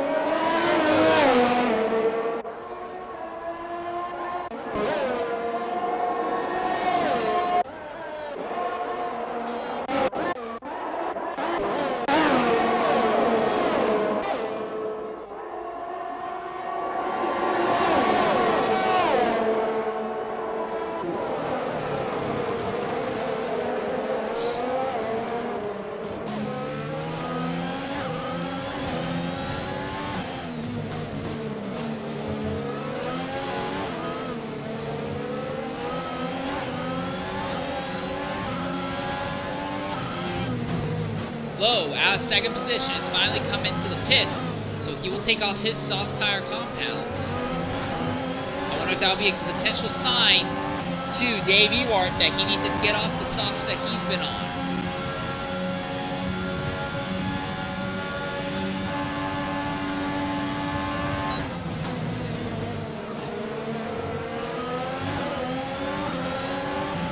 See Dave starting to have trouble hustling with the tires. Here comes the move on the inside is XRL Fiend. Renault versus Honda powered, and Renault takes the point.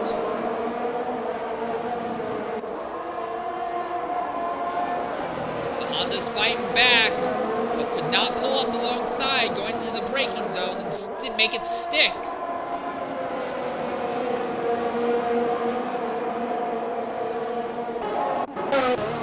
Mr. Anderson and Zola still fighting in 7th and 8th. for now, it's Mr. Anderson's advantage. Jameson has opened up just a little bit of a gap on the Williams behind.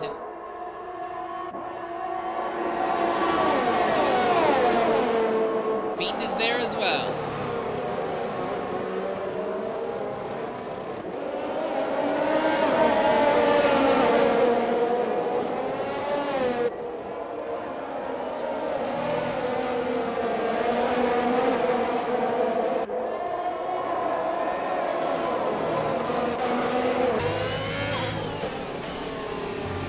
Here's the big fans. They come out of the final corner.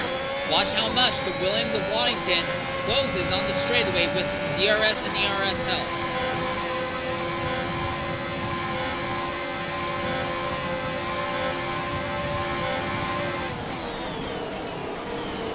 Closes right to a point where he could go ahead and throw a massive move on the inside, but Waddington's a more mature, smart driver than that. He's confident in his racecraft, and he knows that he can wait a little bit longer for it. Oh, and right in front! And that's a McLaren! And that's Collie Boy, who has been fighting to get back on the lead lap most of the day, and now he's had an accident right in front of this group. And Dave Ewart is falling off the back of this group as well. The soft tires are starting to die on him.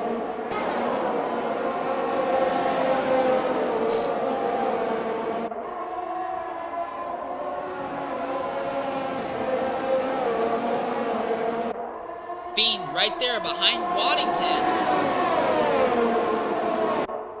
But because Waddington also has DRS, I don't see any way that Fiend can make a move.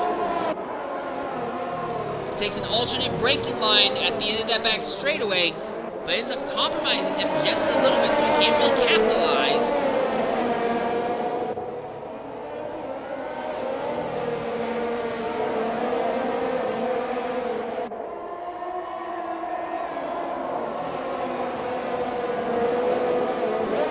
And your race leader, Smoothie25, is coming into the pits. So this means that this four-car battle will now become the lead fight for the race. And the question now is going to be, where is Smoothie going to merge onto the track in relation to this man here, XRL Low?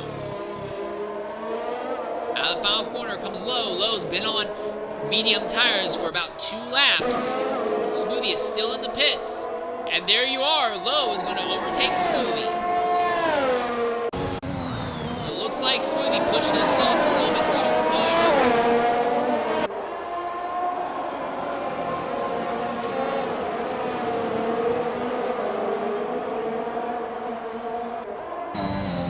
This 4-car battle for a lead continues. Yeah, Smoothie is now nearly 2 seconds out from the McLaren of XRL Low.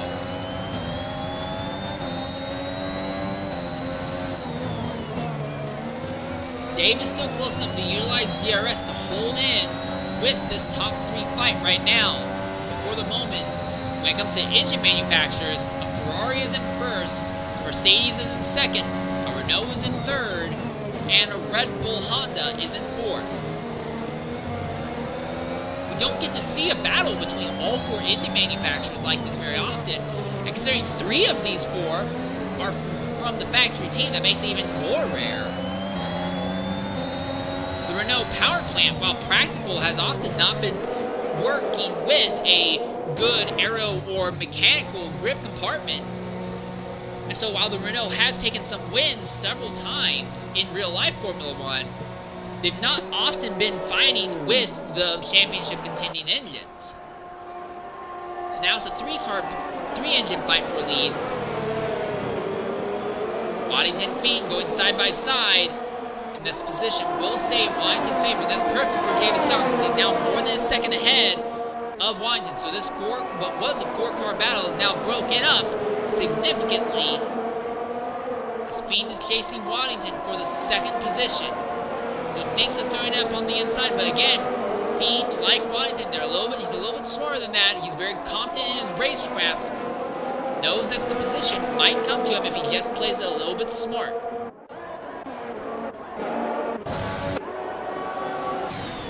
So here's another battle of interest. Dave Ewart against Mr. Anderson. There's a little bit of contact. And then further up, level 6 Beasting continuing to hammer against the rear lane of Zola. But Fiend has just overtaken Waddington on the straight using DRS assist.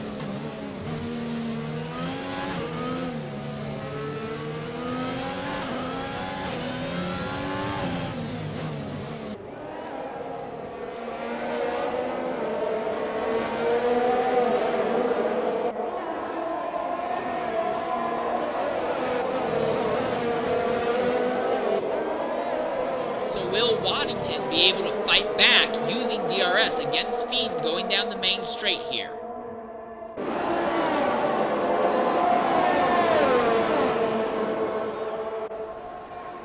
That Honda following them, that is the AlphaTauri of Flesh, who was a lap down. Here we are, Williams to the inside. Can't make it stick, he has to back out.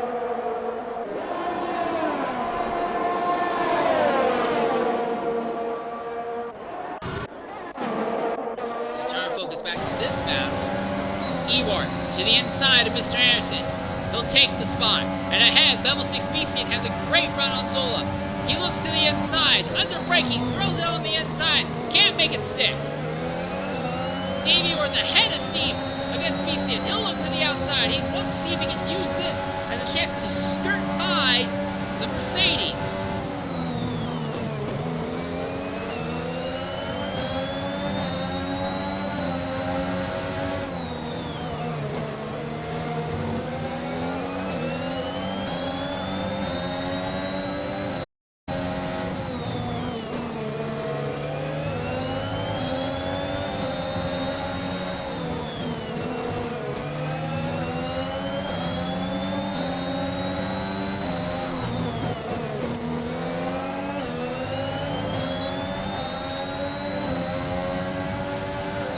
For Beastian, this will be the perfect chance for him to overtake Zola. And he's got him. Dave wanted to follow, but has to back way out, and that's really going to compromise his momentum. Mr. Anderson could throw himself back into the fight now. Oh, and Zola has had an accident.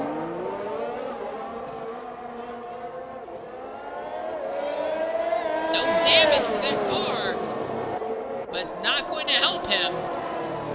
Mr. Anderson coming into the pits now.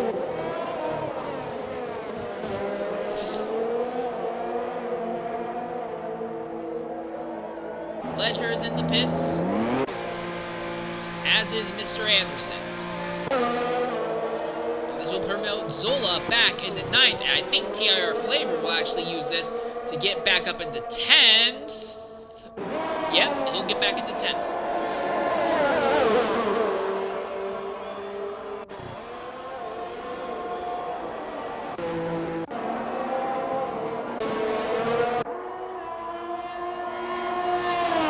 Leader is James John with a 1.2 second lead over XRL Fiend and Waddington about 3 seconds out of the top. But this is the battle of what we anticipate will be for a lead between Lowe and Smoothie, and Smoothie is still 2 seconds out from Lowe. So when Lowe came in 2 laps earlier and went fast on the mediums, it ended up working out more than Smoothie pushing the soft tires farther than they should have been. Eventually, the top 3 will have to pit and take off those mediums, and at that point, we anticipate Lowe and Smoothie will inherit the race lead.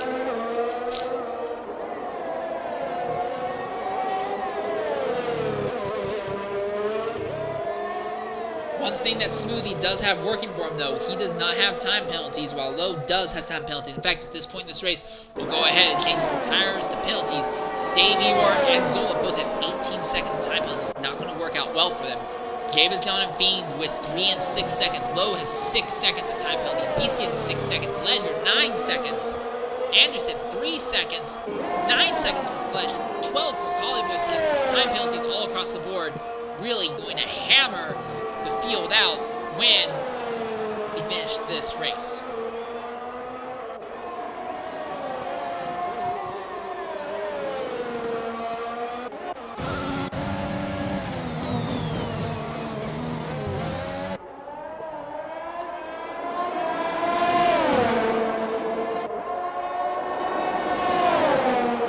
Zola. Well, they make a little bit of contact. He's around, and Ledger's into the hole. Hard, and a massive accident as the McLaren from behind runs right into him. And Lowe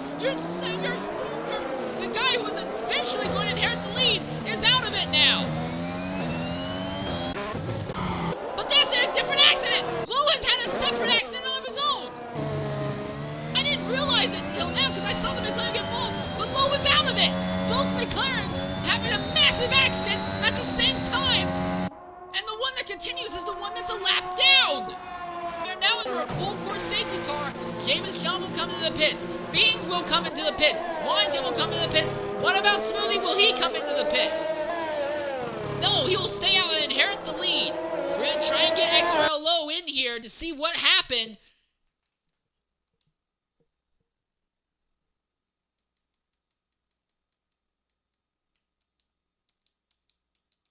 But 2 accidents for the McLarens at the same time.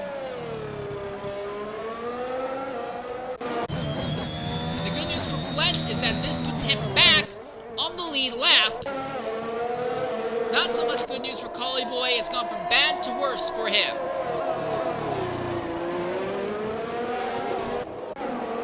And everyone who's coming to the pits. Soft tires for Davis Cowan, soft tires for Fiend, soft tires for Waddington, softs for Dave Ewart, softs for Level 6 Beastian. What about for TIR Flavor? No, he stayed out actually on his mediums. Softs for Dave Ewart, Serifs for Beastian. Ledger has softs already on. Zolas puts on softs. Mr. Anderson puts on softs. It's going to be a long time until Fletch because he can't catch up. Collie Boy puts on softs as well. But absolute chaos. I'm very sorry for the quality of the broadcast. It's not as good as it is. I'm having trouble keeping up with the stuff. It kind of settles down, and then all of a sudden, a bunch of stuff starts happening all at the same time. Here we just saw both McLarens have an accident at different ends of the racetrack at the exact same time.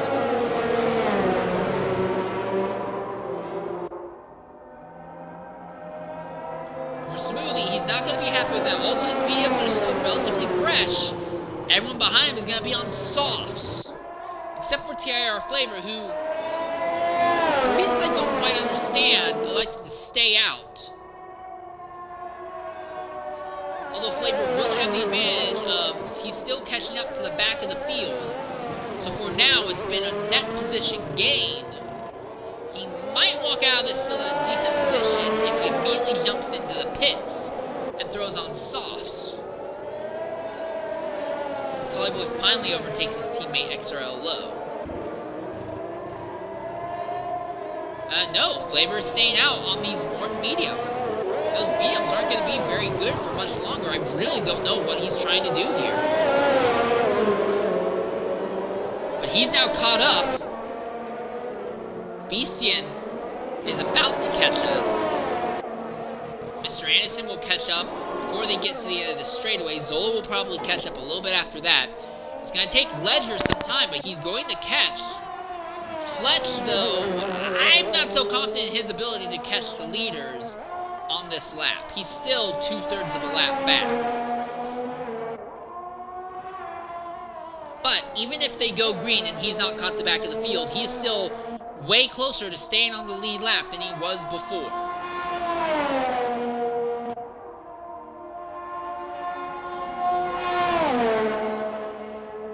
He's only 43 seconds out right now from the lead pack. It's not been a great day for AlphaTauri. He's just been spins and poor strategies, but somehow they've both ended up still on the lead lap, while it's been the faster drivers today, some of the fastest drivers all day, who have been the ones who have crashed out throughout the event.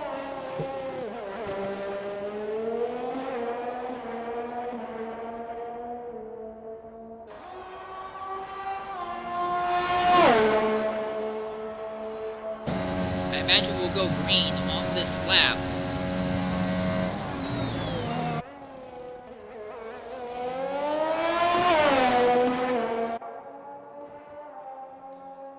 Fletch still 41 seconds out from the lead. It's going to take a long time. I don't think he's going to be able to catch the back of the field before we go green, unless they want to make us wait another lap. For Smoothie 25, the person he's been fighting most of this race with, XRLO, is now out, and Ledger, the other person he was fighting with, is down there in 10th. No word if safety car is going to come in this lap yet.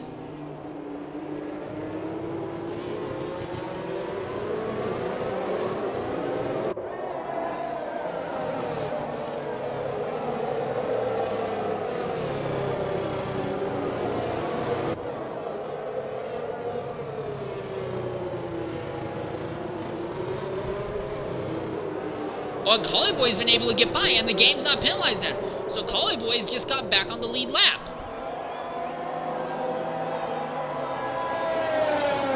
So now everyone is on the lead lap. Normally, in this game, for whatever reason, it likes to penalize lap down traffic if they try to overtake the safety car. But that's not the case this time. So a little bit of good news for Collie Boy, although he definitely will not catch the back of the field before his lap is over.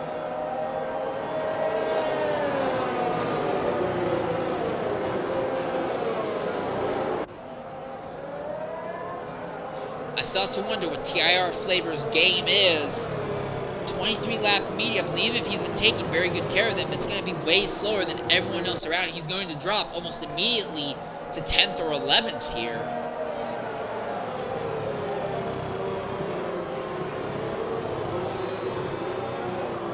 I myself can't think of any reason why he didn't elect to make a pit stop.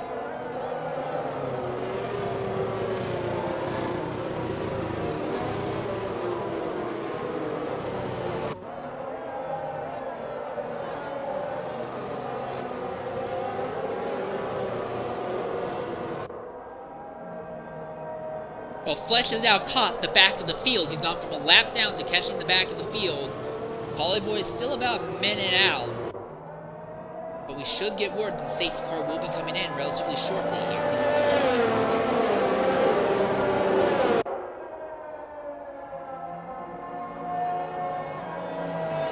One other advantage that Smoothie has is that he is one of only 3 drivers who do not have time penalties against him right now.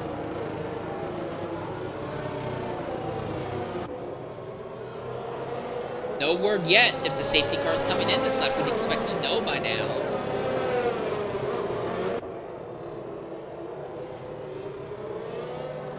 And no, apparently we are staying in the safety car. Are they going out of their way to wait to make sure Collie Boy gets back to the tail end of the field?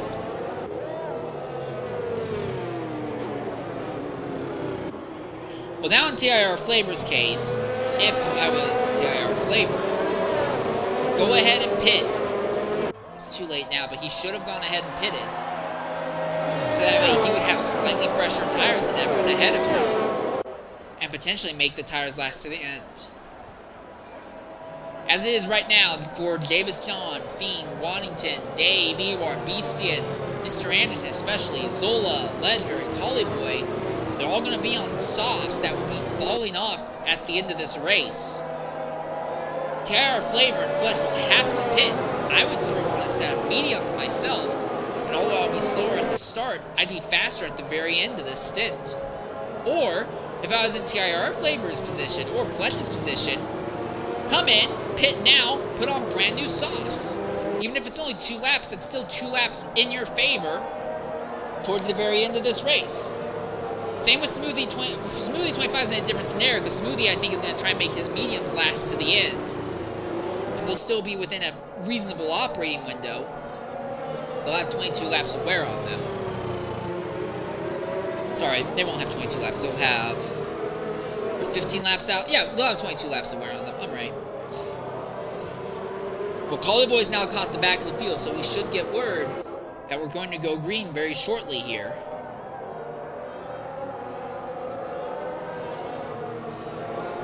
A very prolonged safety car, but the entire field has been allowed to get back on the lead lap, so everyone, in a sense, could still win this, although realistically the battle is going to be amongst the top 4 cars.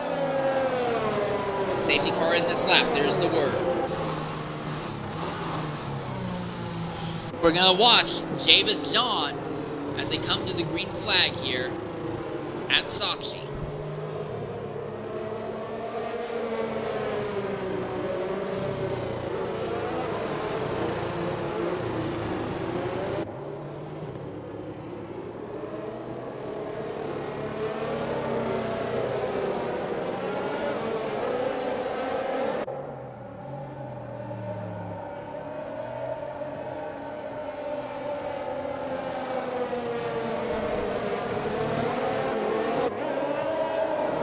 And here we are, Smoothie puts the power down, and he's leading the field underway.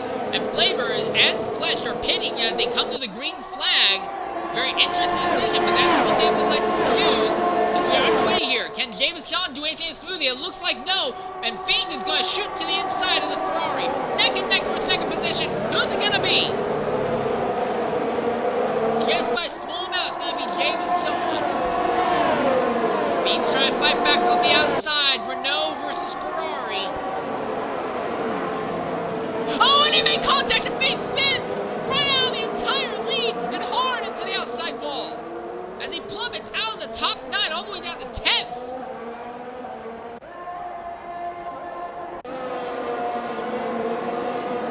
So now Smoothie has 9/10 over James John, and Washington has worked his way up into 3rd now. Zola behind Mr. Anderson. DRS has not been enabled yet. So any overtakes you see will be 100% driver made. Zola right there behind Mr. Anderson looking to make a move. Does he go for it? He does not. He thinks better of it for now. Mr. Anderson has tires that have 2 more laps of wear on them than everyone else. So when the softs start falling off, Mr. Anderson will be the first one to notice. TIR Flavor and Flesh are having a very, very solid fight there for 11th and 12th. Those are not points-paying positions, though. They're going to want drivers in the lead to start making pit stops if they want to start inheriting points-paying positions.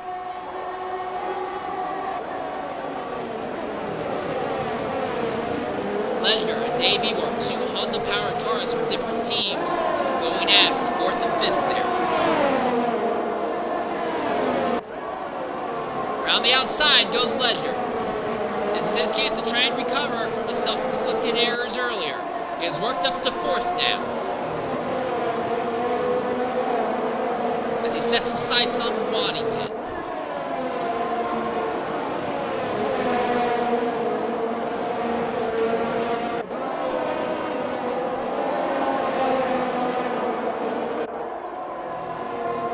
Wow, he got up to Waddington stupid quickly. And they're going to be neck and neck as they get onto the backstretch. Screw neck and neck. Leisure's already ahead. And Smoothie's not going to be happy to hear that's Leisure, who is now charging up the order after him. Waddington's making the fight back, though. Used a little bit of a draft. Was not able to make it stick. Davey Orr's going to want to see if he can follow through, but I don't see anywhere that he's going to be able to make it happen here in Sector 3. Unless someone makes a mistake, and Calling Boy has made a mistake farther back.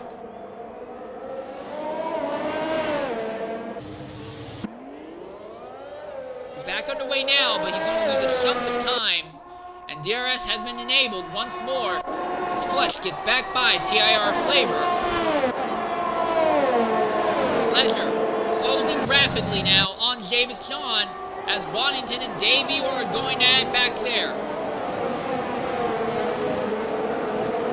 Dave can't make it stick yet. Really sideways. Oh, look at Zola and Mr. Anderson. As Anderson now loses position to Zola.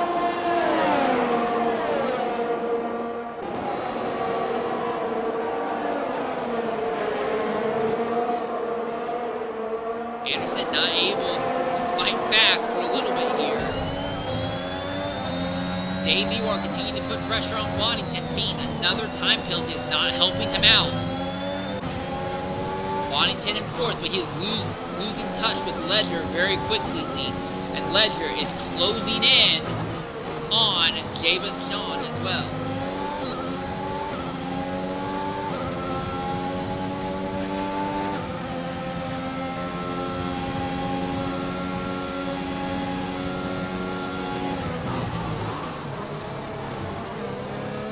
You can see how much he closed in under braking there.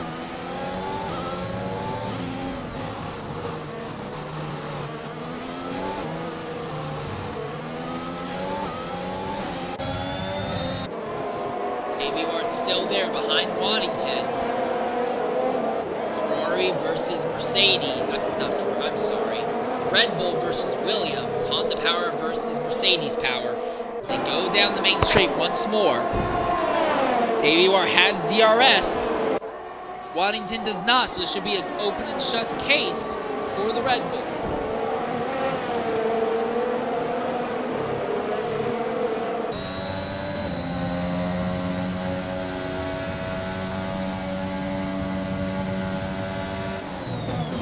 Waddington will be able to fight back, though. Once they get onto another set of straights.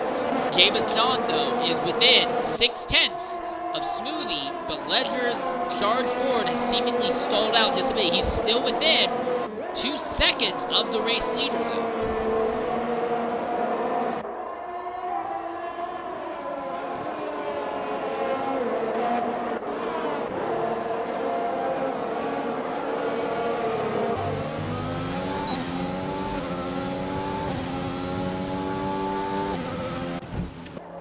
Owen Fien's now had an incident. It's the second spin he's had. And that'll drop him to 10th. Might even drop him to 11th or 12th behind Flesh and Flavor. And what I said earlier about Ledger, well, I take that back. He suddenly has opened up the can of Nos once more, and he's closing in on Jabez John again. It's going to be hard to overtake the Ferrari because Jabez John will still have DRS on the leader, Smoothie 25.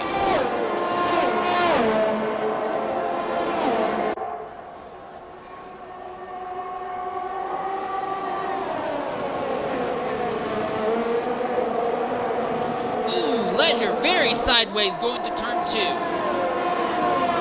As I run through the long sweeper here.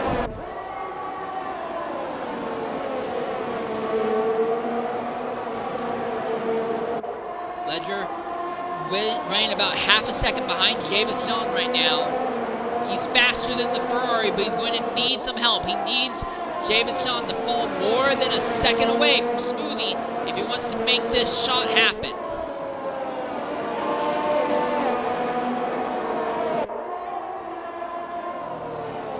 This might be it. I don't think Jabez was close enough to Smoothie to get DRS. But Ledger is going to have DRS on the Ferrari going down the back straightaway. Easy overtake. And there's nothing the Ferrari can do to fight back. So now, although XRL Low is out of the race, Smoothie is now going to have to deal with Ledger again.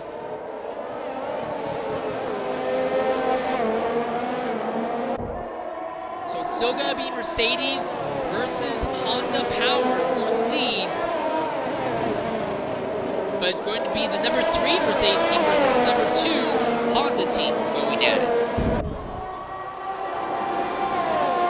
DRS opens up for Ledger. He's going to close massively on Smoothie down the straight. Not close enough to make the move yet.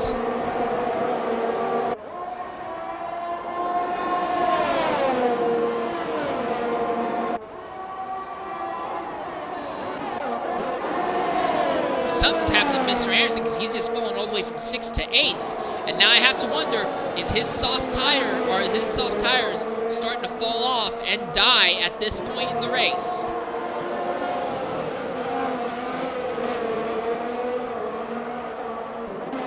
Ledger, another time penalty. And that's going to be Fiend, who's around. Facing the wrong way again, and now he's fallen to 11th. Might even lose that to TIR Flavor very shortly here. So it's gone from bad to worse for the remaining Alpine in the field as he spins off hard into the outside wall. And somehow, I don't know how, but somehow that car is still going. Level 6 Beastian, again, fighting with Zola. These two have been going at it for most of this race, honestly. Oh, and while I missed it, Smoothie has lost the position already to Ledger. Ledger has already taken the race lead. But when it comes to time penalties, Ledger has 12 seconds that he has to outrun away from Smoothie before this race is over. Oh, and Fiend another spin.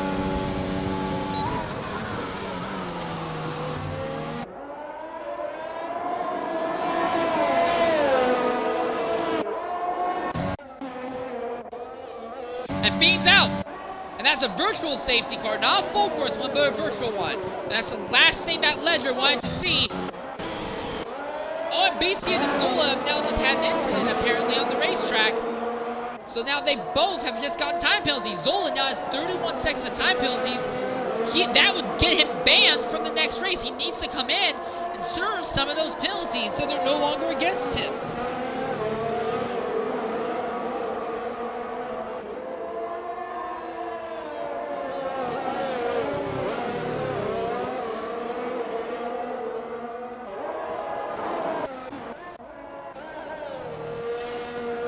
The other thing that will make this very interesting, as this has now become a full course safety car. I don't know why it became a full course one. It went from virtual right to full course later, but we're now under a full course safety car. Drivers will have the chance to elect to come into pit lane.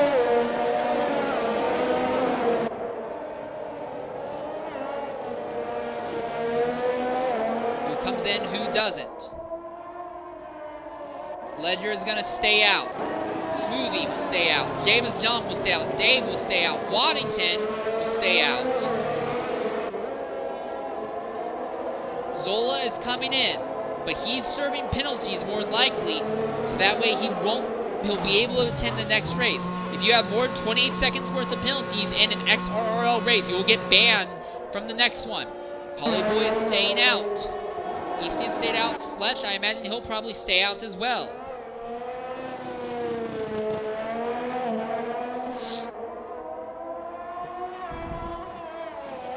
Fletch is staying out. And I think TIR Flavor will probably stay out as well.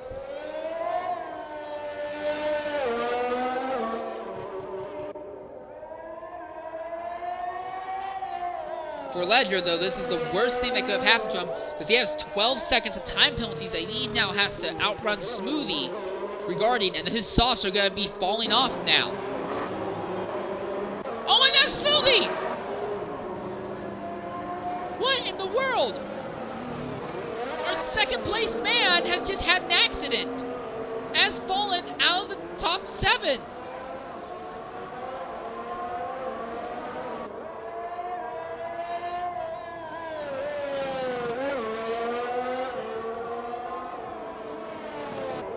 What?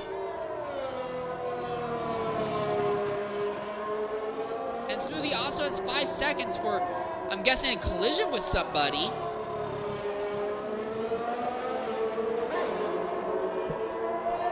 Wow. Okay. Yeah. Cool. Yeah, we'll go ahead and run with that story. I'll be interested to see if Zola elects to pit again to take off another bunch of time penalties.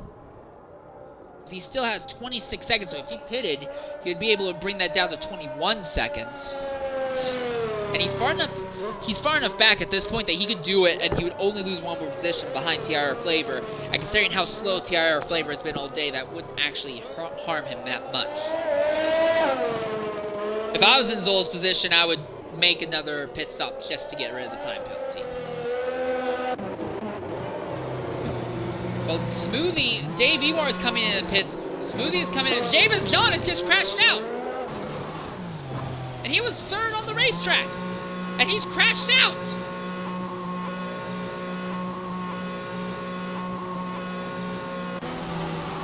So now TIR Flavor has automatically leapt into points, high points at that. And now Waddington, who has been a non-factor for a lead all day long, is in 2nd and likely to walk out here with the win unless Ledger can open up a 12-second gap at the start.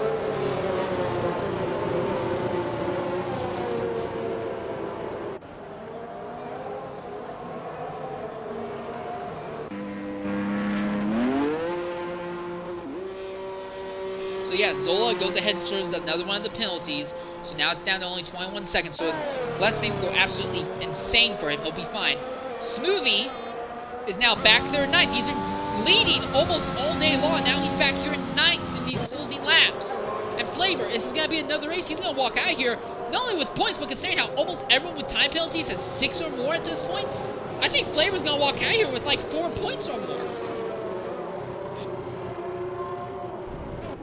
And Waddington he's likely going to walk out here with this race lead, unless Ledger can open up a 12-second gap in what's only going to be a few laps.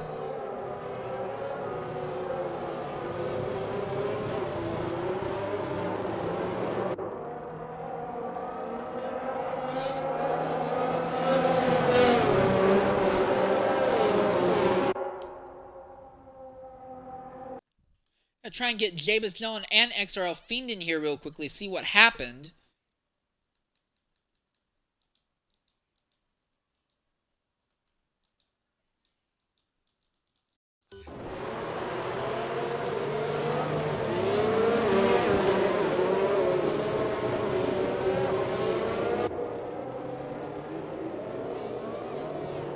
Bizarro race, for sure. And now Beastion's just earned a penalty for a collision with Collie Boy.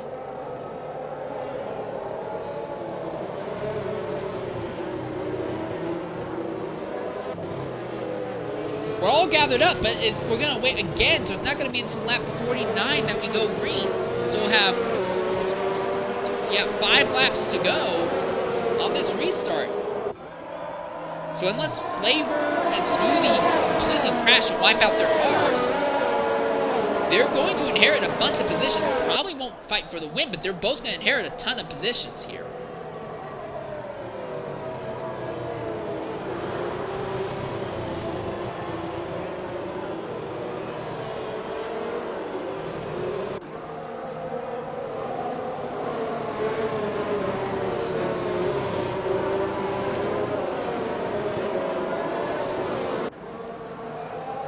Also, I was wrong earlier. I said it was 28. I'm wrong. It was 27 seconds of time penalties is a disqualification in XRL. I said 28 earlier. It was actually 27. So I do want to say thank you for Zola for being nice enough to send me a message real quickly and inform me about that issue. So I misremembered.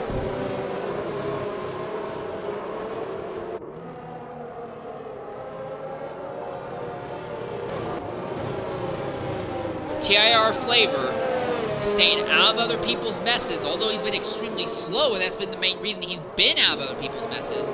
It's worked out for him, because once again, we're down to 10 drivers on track, and once again, no time penalties. I think he's going to walk out here with at least 2 points, if not more, and that's assuming that no one else crashes as well when we come to the green, which should be this lap.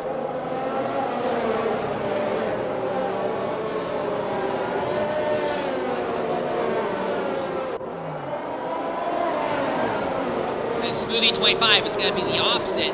Yes, he's going to gain a lot of positions just do not have time penalties, but he is going to be livid because this was his race to win by having no time penalties, but a spin and some contact dropped, forced him to pit, drop to the back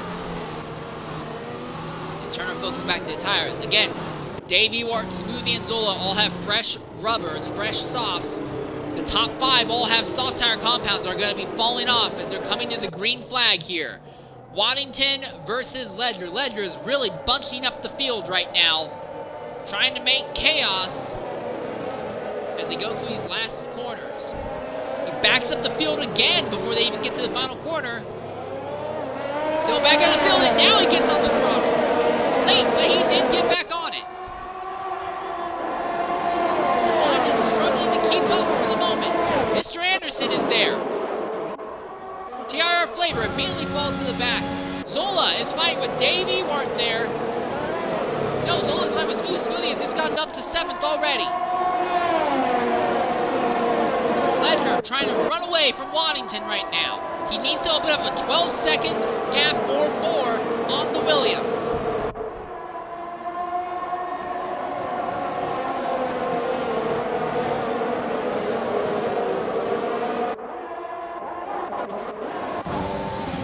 Smoothie, one of the fastest drivers all day today, is right there behind Fletch and Collie Boy.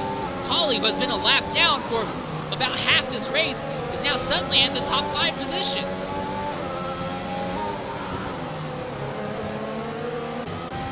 Oh, and Davis just spun. And Davis just had an accident. And he falls behind TIR Flavor now. Smoothie right behind Fletch. He's got a good run. He looks to the inside under braking. Does he stick with it? Yes, he does. He'll go ahead of Fletch. Collie Boy goes way off circuit ahead. Smoothie's going to be a little bit faster and hits the McLaren in the back. And Collie Boy goes all the way around, and with significant front wing damage as well. And he'll fall to last place. So now Smoothie is up into the 5th position.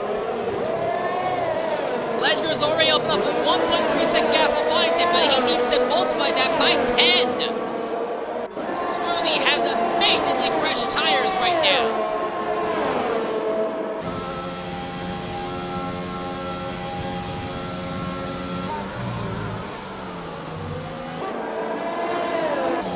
Next driver that he's going to be going after will be the Mercedes at level 6 Beastian.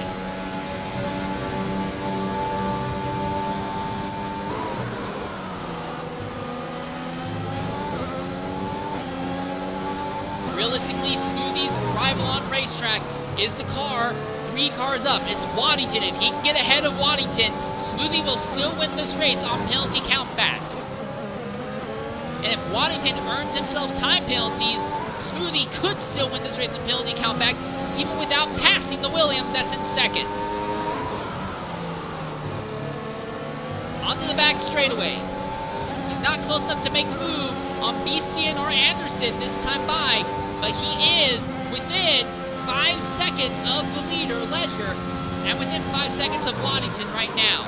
The race is not over yet. Smoothie has to make quick work, though, of Beastian and Anderson.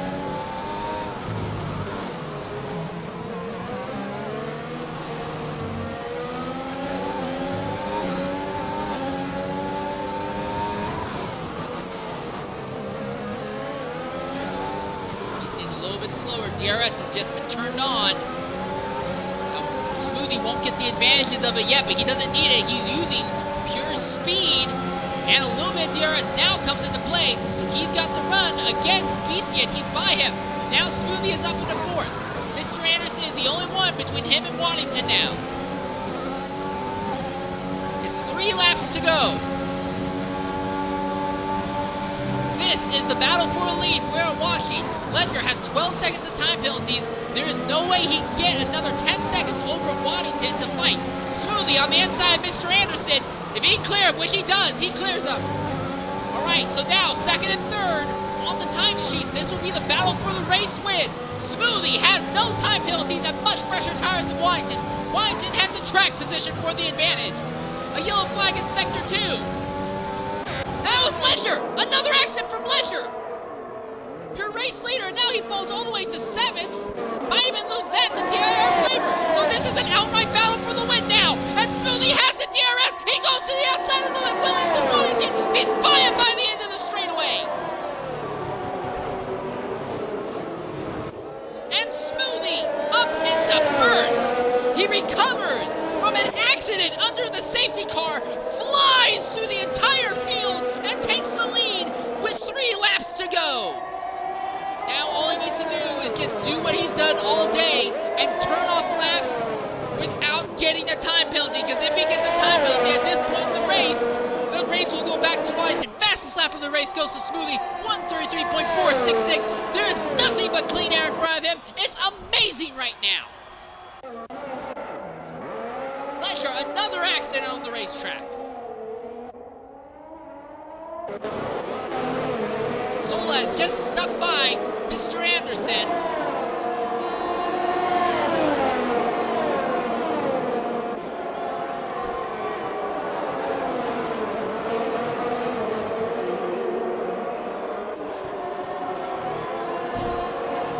Another time penalty, but he's so far back from debut bar, it's not even going to matter at this point, frankly.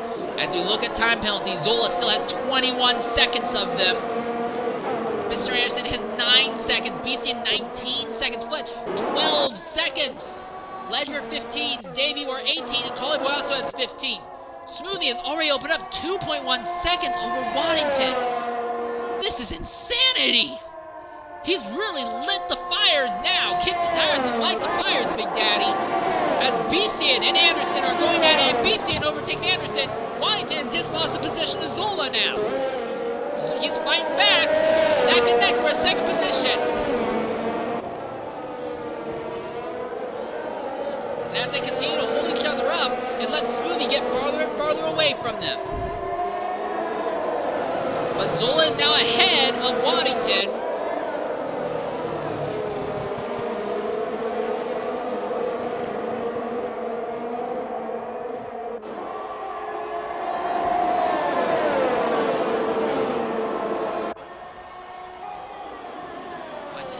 DRS on Zola going down the back straightaway. He looks to the inside but thinks better of it. As Beastian, who's right behind Waddington right now. The gap from first to second, 3.3 seconds. We're on the last lap. And Smoothie could get a time penalty for track violations, and it wouldn't matter. He is that far away right now.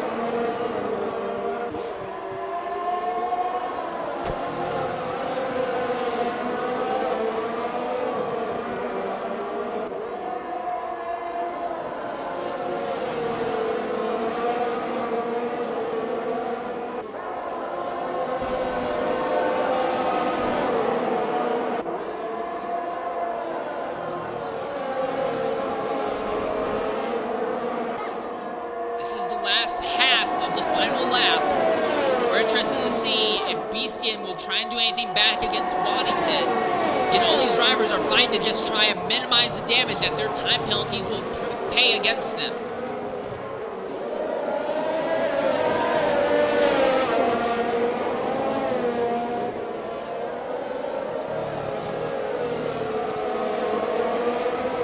But coming out of the final corner for the lead, and BC just let Mr. Anderson by. But here comes out of the final corner for the win. Smoothie 25 wins the race. Zola will be the second driver across the line, but Waddington will finish second. Mr. Anderson will be third. Fletch fourth. Zola fifth. BC sixth. TIR Flavor will come home in the... No! Flavor with a podium! TIR Flavor with a podium! Mr. Anderson takes fourth. Fletch gets fifth. Zola gets sixth. BC gets seventh. Ledger's going to take eighth. Davey will take ninth. And Collie Boy will take 10th.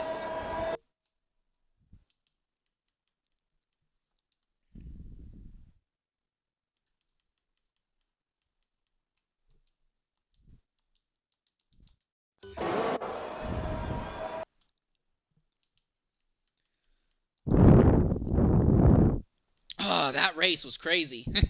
My voice feels worse now than it normally does.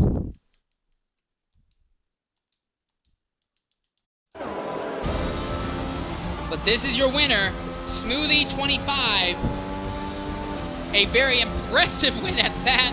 A spinning win, as they call an IndyCar. And coming into the party right now is our race winner, Smoothie 25. Smoothie, go ahead, include your audio. How in the world did you do that? You crashed in the last 10 laps of this race under safety car and fell to the back, and you still won by more than 3 seconds. How in the world did you do that? Well, actually I was hit out under safety car. I didn't spin out. I don't know. I just put my head down and did it. So. Hit a little bumper cars on the start. That was it. Well, I'm just gonna say you completed that entire race with no time penalties, and absolutely outstanding job on your part as well for doing that. And throughout this entire day, you were fine with numerous other guys. I have no words to say. That is one of the most insane comeback drives I've ever seen within XRL. Oh, I almost retired, to be honest with you. I did. I almost just put it in the wall. Well, thank Lord you didn't. Also, so when you were coming up through the field, did you know that you were fighting with Waddington for the race win, or were you just like pass everyone? Yeah, it was just pass everyone. I didn't know who had time penalties and who didn't, so I was just going for it. Well, go for it, you did. An absolutely outstanding job there. From a victory, you dominated a good chunk of this race. And then, I can't stop freaking out over it. Normally this is a horrible racetrack, and you really put on a hell of a show, mate. Congratulations on that part. I appreciate it, man. And I will say this, Smoothie, normally I would have said you should have gotten Driver of the Day, but in my personal opinion, I think Driver of the Day goes to the other person I want to talk to here, TIR Flavor. Flavor, most of this day, you were out of the points paying position. Really, really sorry on pace. but you just kept your head down, stayed out of everyone else's troubles, and here we are at the end. You're on the podium. How in the world did you do that? I don't quite believe it, if I'm honest, I can't. I knew as soon as we got that last safety car that all the ones in front of me had a lot of penalties. So I knew it was going to be good for me. I didn't quite know how good, but I knew it was going to be good. And I'd maybe make a few, I just had to stay on the pace. I'm not as fast as other people. I'm 51, I'm trying to learn this. As you get older, I'm not sure you pick up things as quick, but I pride myself on being clean and trying to stay clean, and then, the tortoise wins the race sort of thing. I'm just going to say this, Flavor. I've been watching you through the dev races, through X3, through here at XRL. Yes, your pace might not be there, but I'm just going to say this right now. You are clean, and you avoid penalties, and that is the biggest thing that gets people forward in XRL, as shown by your podium here today. So, outstanding job. I would definitely say driver of the day, especially considering that some of us know that you've been dealing with some personal issues as well.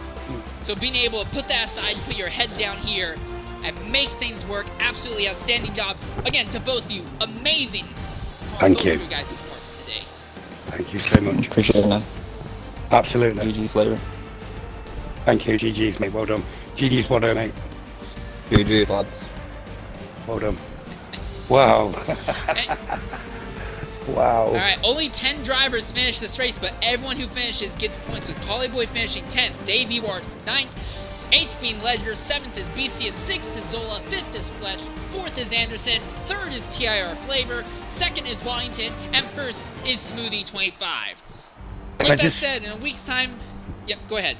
I was just going to say, every race I've raced this week, I think I've done 5 or 6 Monacos, and I've finished every race. That's what I've done.